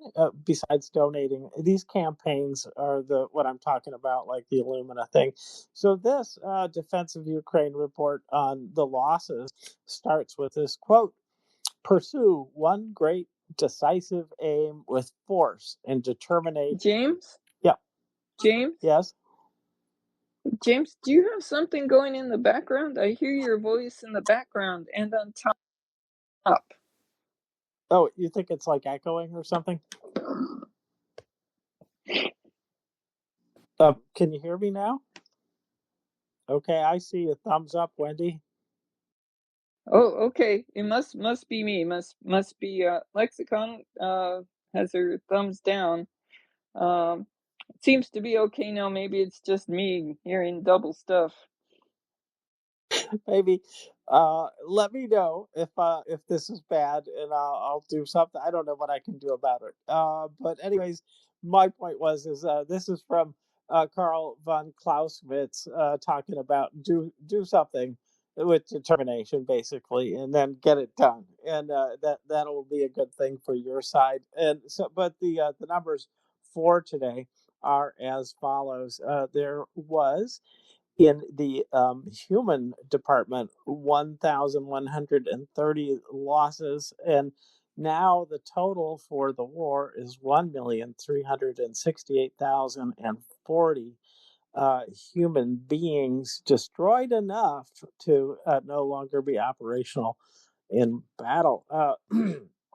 Tanks 5, armored combat vehicles 7, artillery systems 6, MLRS systems 5, air defense 3, UAVs 1,853, unmanned ground vehicles 6, cruise missiles 40, vehicles and fuel tanks 437, and special equipment 4. So this is carrying on, maybe a little bit less than the last couple of days. But these numbers are still very high, and it's, Russia can't be happy with this. And highway of death. Wendy? I wonder if Wendy can hear me. Apparently not. Let's see if there's any messages coming in for me at the back. Okay. Yep, she looks like some issues happening. Let me see. Boo, boo, boo, boo, boo. It's taking a really deep loop. Okay, things be looping for her, so she'll be back. So let me get on with some other news. This is Ukraine Minister of Strategic Industries Alexander Commission notes that the Russian tanks they confiscate never have slogans like "To Kyiv" painted on them. If that was about NATO, Berlin, or Prague, Russians can't admit that fighting Ukraine, they are fighting Ukraine. Well, their real target is Europe, which is just silly because we know that Russia is fighting Ukraine and basically just Ukraine with a little help from their friends. Let me just check and see something here. Well, not yet. So hopefully Wendy comes back really soon. But anyway, excuse me, on to the next. And I've lost the nest. The nest is gone. I have no nest. This is a strange thing. Do you guys see the nest? Oh, the nest popped back in. Well, what the hell? That was really strange. The nest is back for me. Okay. I have not had that happen before. New things can emerge. Anyway, let's see. Okay, this I talked about I talked about Epstein. And then there is this one. Putin gives a speech every year about how Russia is victorious over everyone and becoming more powerful. Mr. Schulman added that the attendees could enjoy the views, apparently referring to the smoke. So this is from somewhere in Russia. Ooh, yeah, okay. And then let's see, on to the next. Anton Garachenko, Ukraine officials open pardon me, I cannot speak today. Ukraine, that's not different from other days. Anyways, Ukraine officially opens at St. Petersburg Economic Forum. Warm memories and hot impressions guaranteed. And this is probably, of all of the ones that are up here about this economic forum, this is my favorite. It's from a sidewalk. There's cars parked along it. There's a big building on the right-hand side. And then this is where you see the most beautiful orange and black colors there against the sky. And indeed, this is just glorious to watch. And knowing that it's really fucking with Russia and their goals to impress the world. Although many people may not know that. So let me see here. Here we go, and that. And hello there, guys. And there we go. Okay, so Wendy should be back up shortly, but she's coming up first as speaker. And let's see. Hi there. Hey, okay, you're there. Good. I will get you Yeah, back. it did weird things, echoing and running two tracks at once. I had to turn off the phone and turn it back on to go. I Wendy, don't know. the nest Wonderful disappeared app. for me. The nest disappeared for I you for a while. I heard that. Yes. Anyway, not that All they're right. messing with us, but yeah, maybe they are messing with us. Anyways, Wendy, um, yeah, do you have one that you want to do? And I do. I'm looking out for it right now. I had it up, and of course it disappeared when I had to recycle.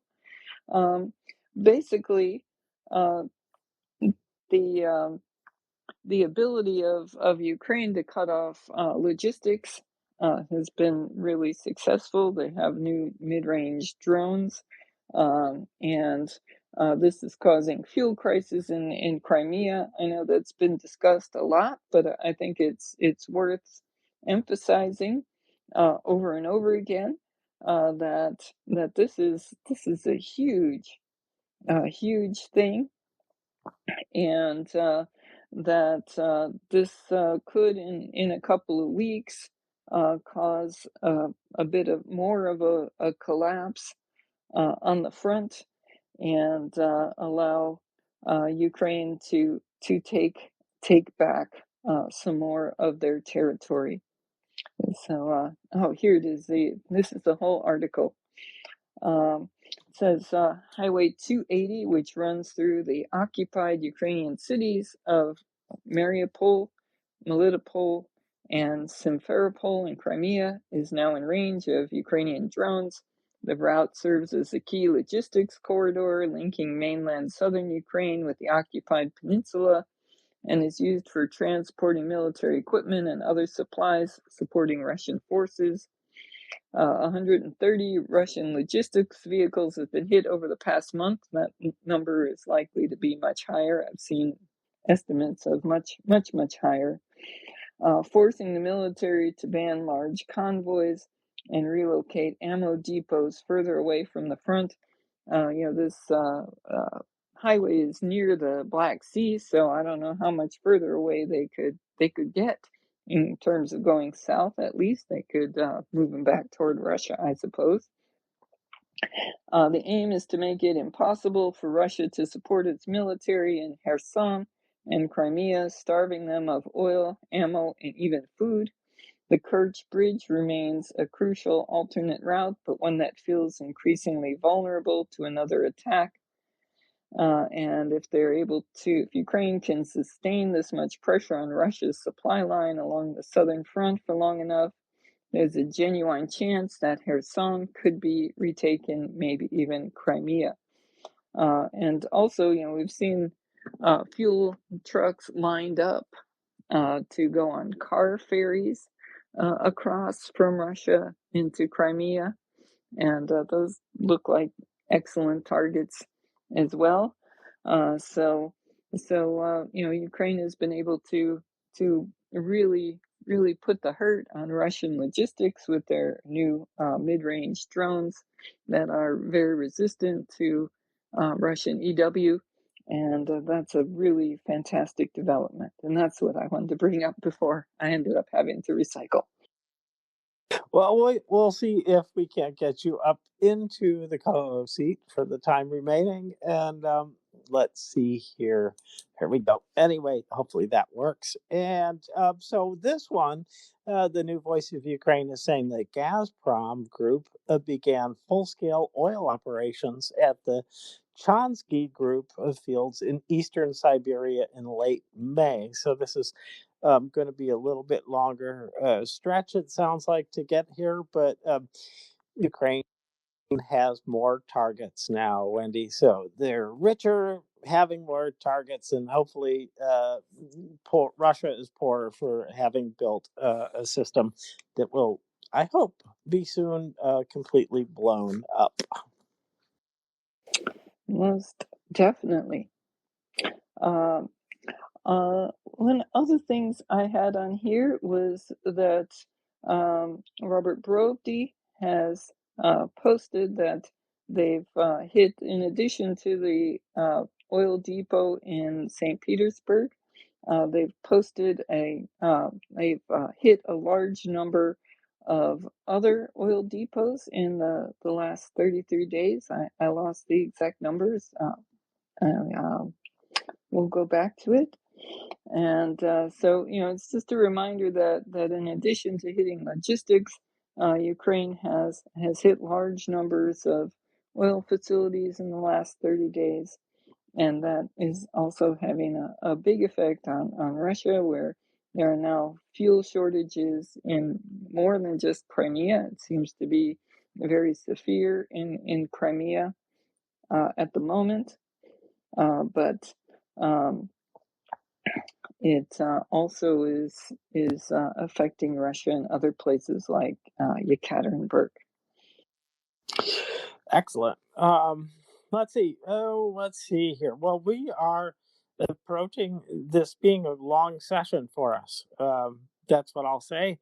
And I have no more stories at this point, but I did see that our friend Lexicon popped up to speaker and wondered if she had anything to say.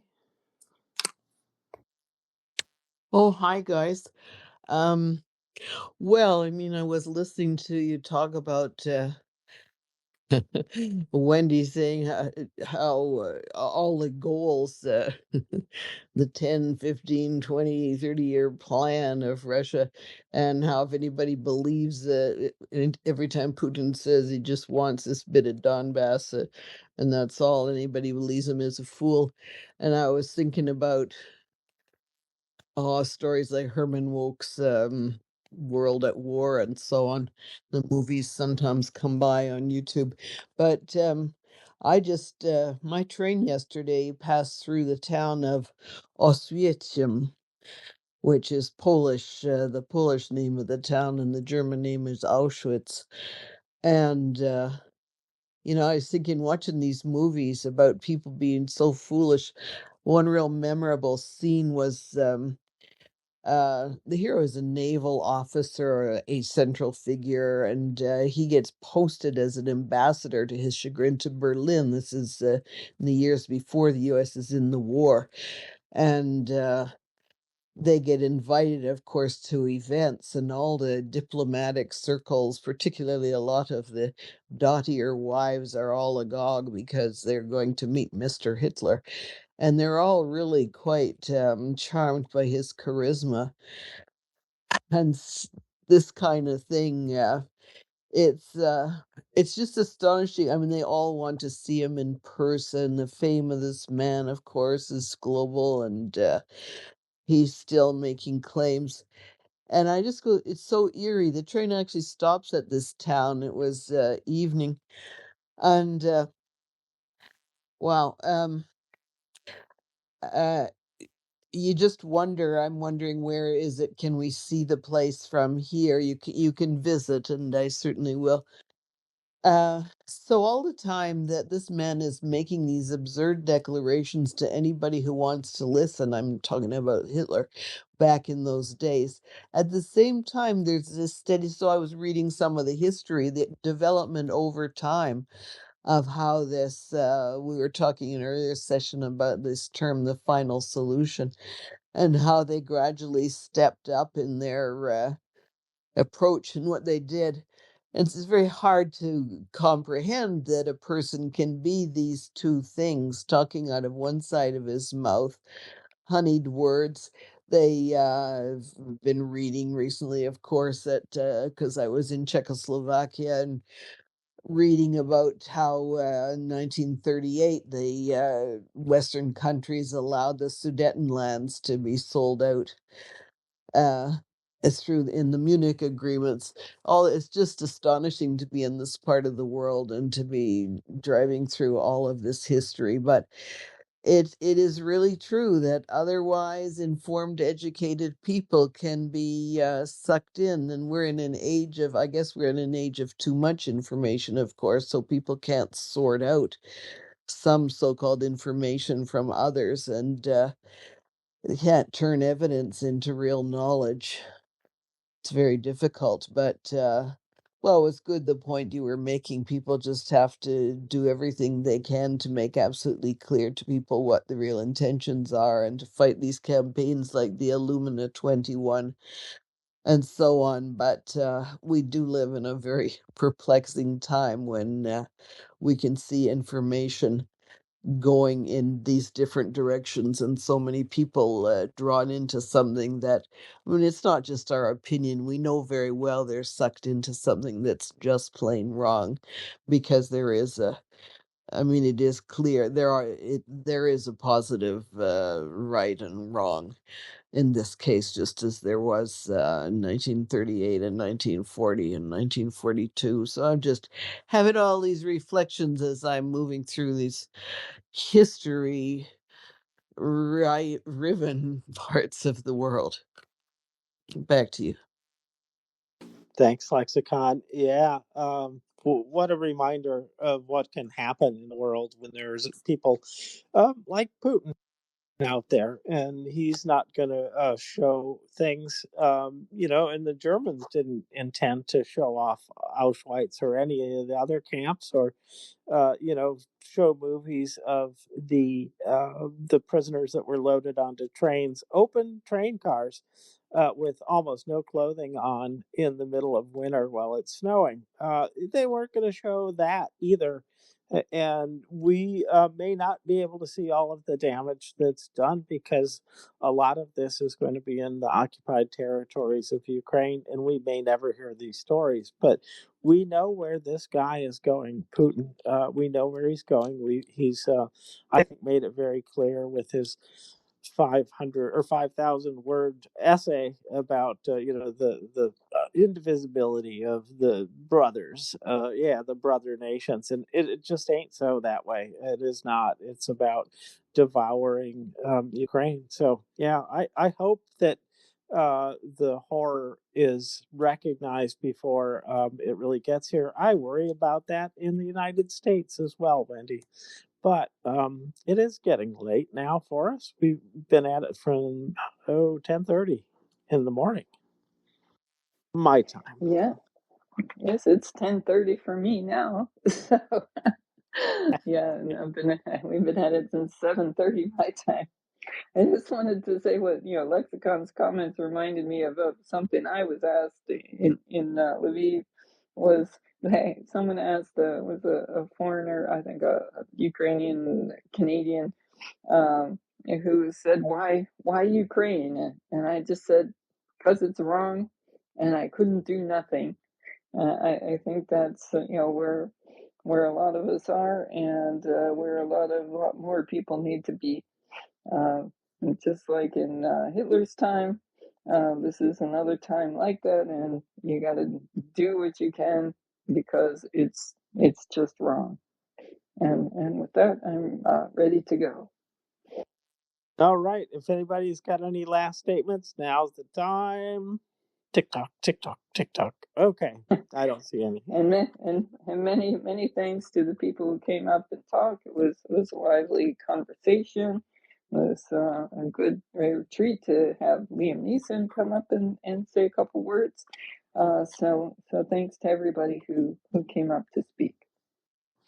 Indeed, I appreciate that as well. It's just much more interesting. So thank you. So do remember, if you're in the UK, about the drive for goods, call Brussels and let them know how you feel about that alumina from Ireland not going to Russia, and have a look at I should probably post these things into the nest, but have a look at my pin tweet. It's a list of bills for Ukraine, so we can try to push something else. If indeed Dryfly is correct about what he said about this bill not getting through. So, but let's do it, Wendy. And and everybody have a great day. But Slava Ukraini.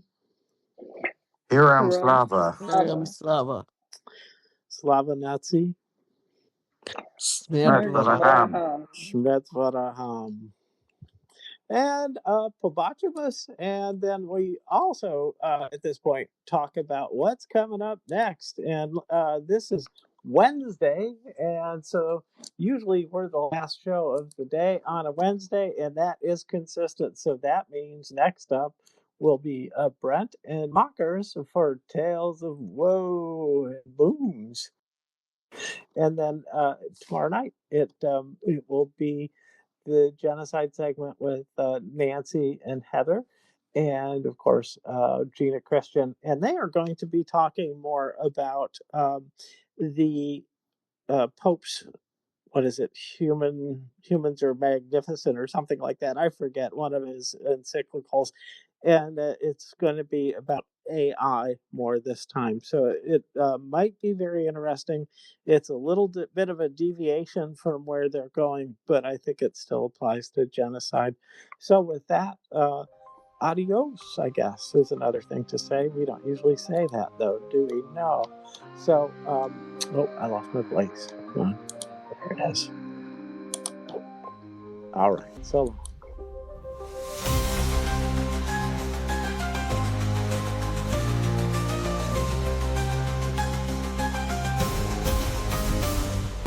join us and on the radio. We look forward to seeing you again. Your audience.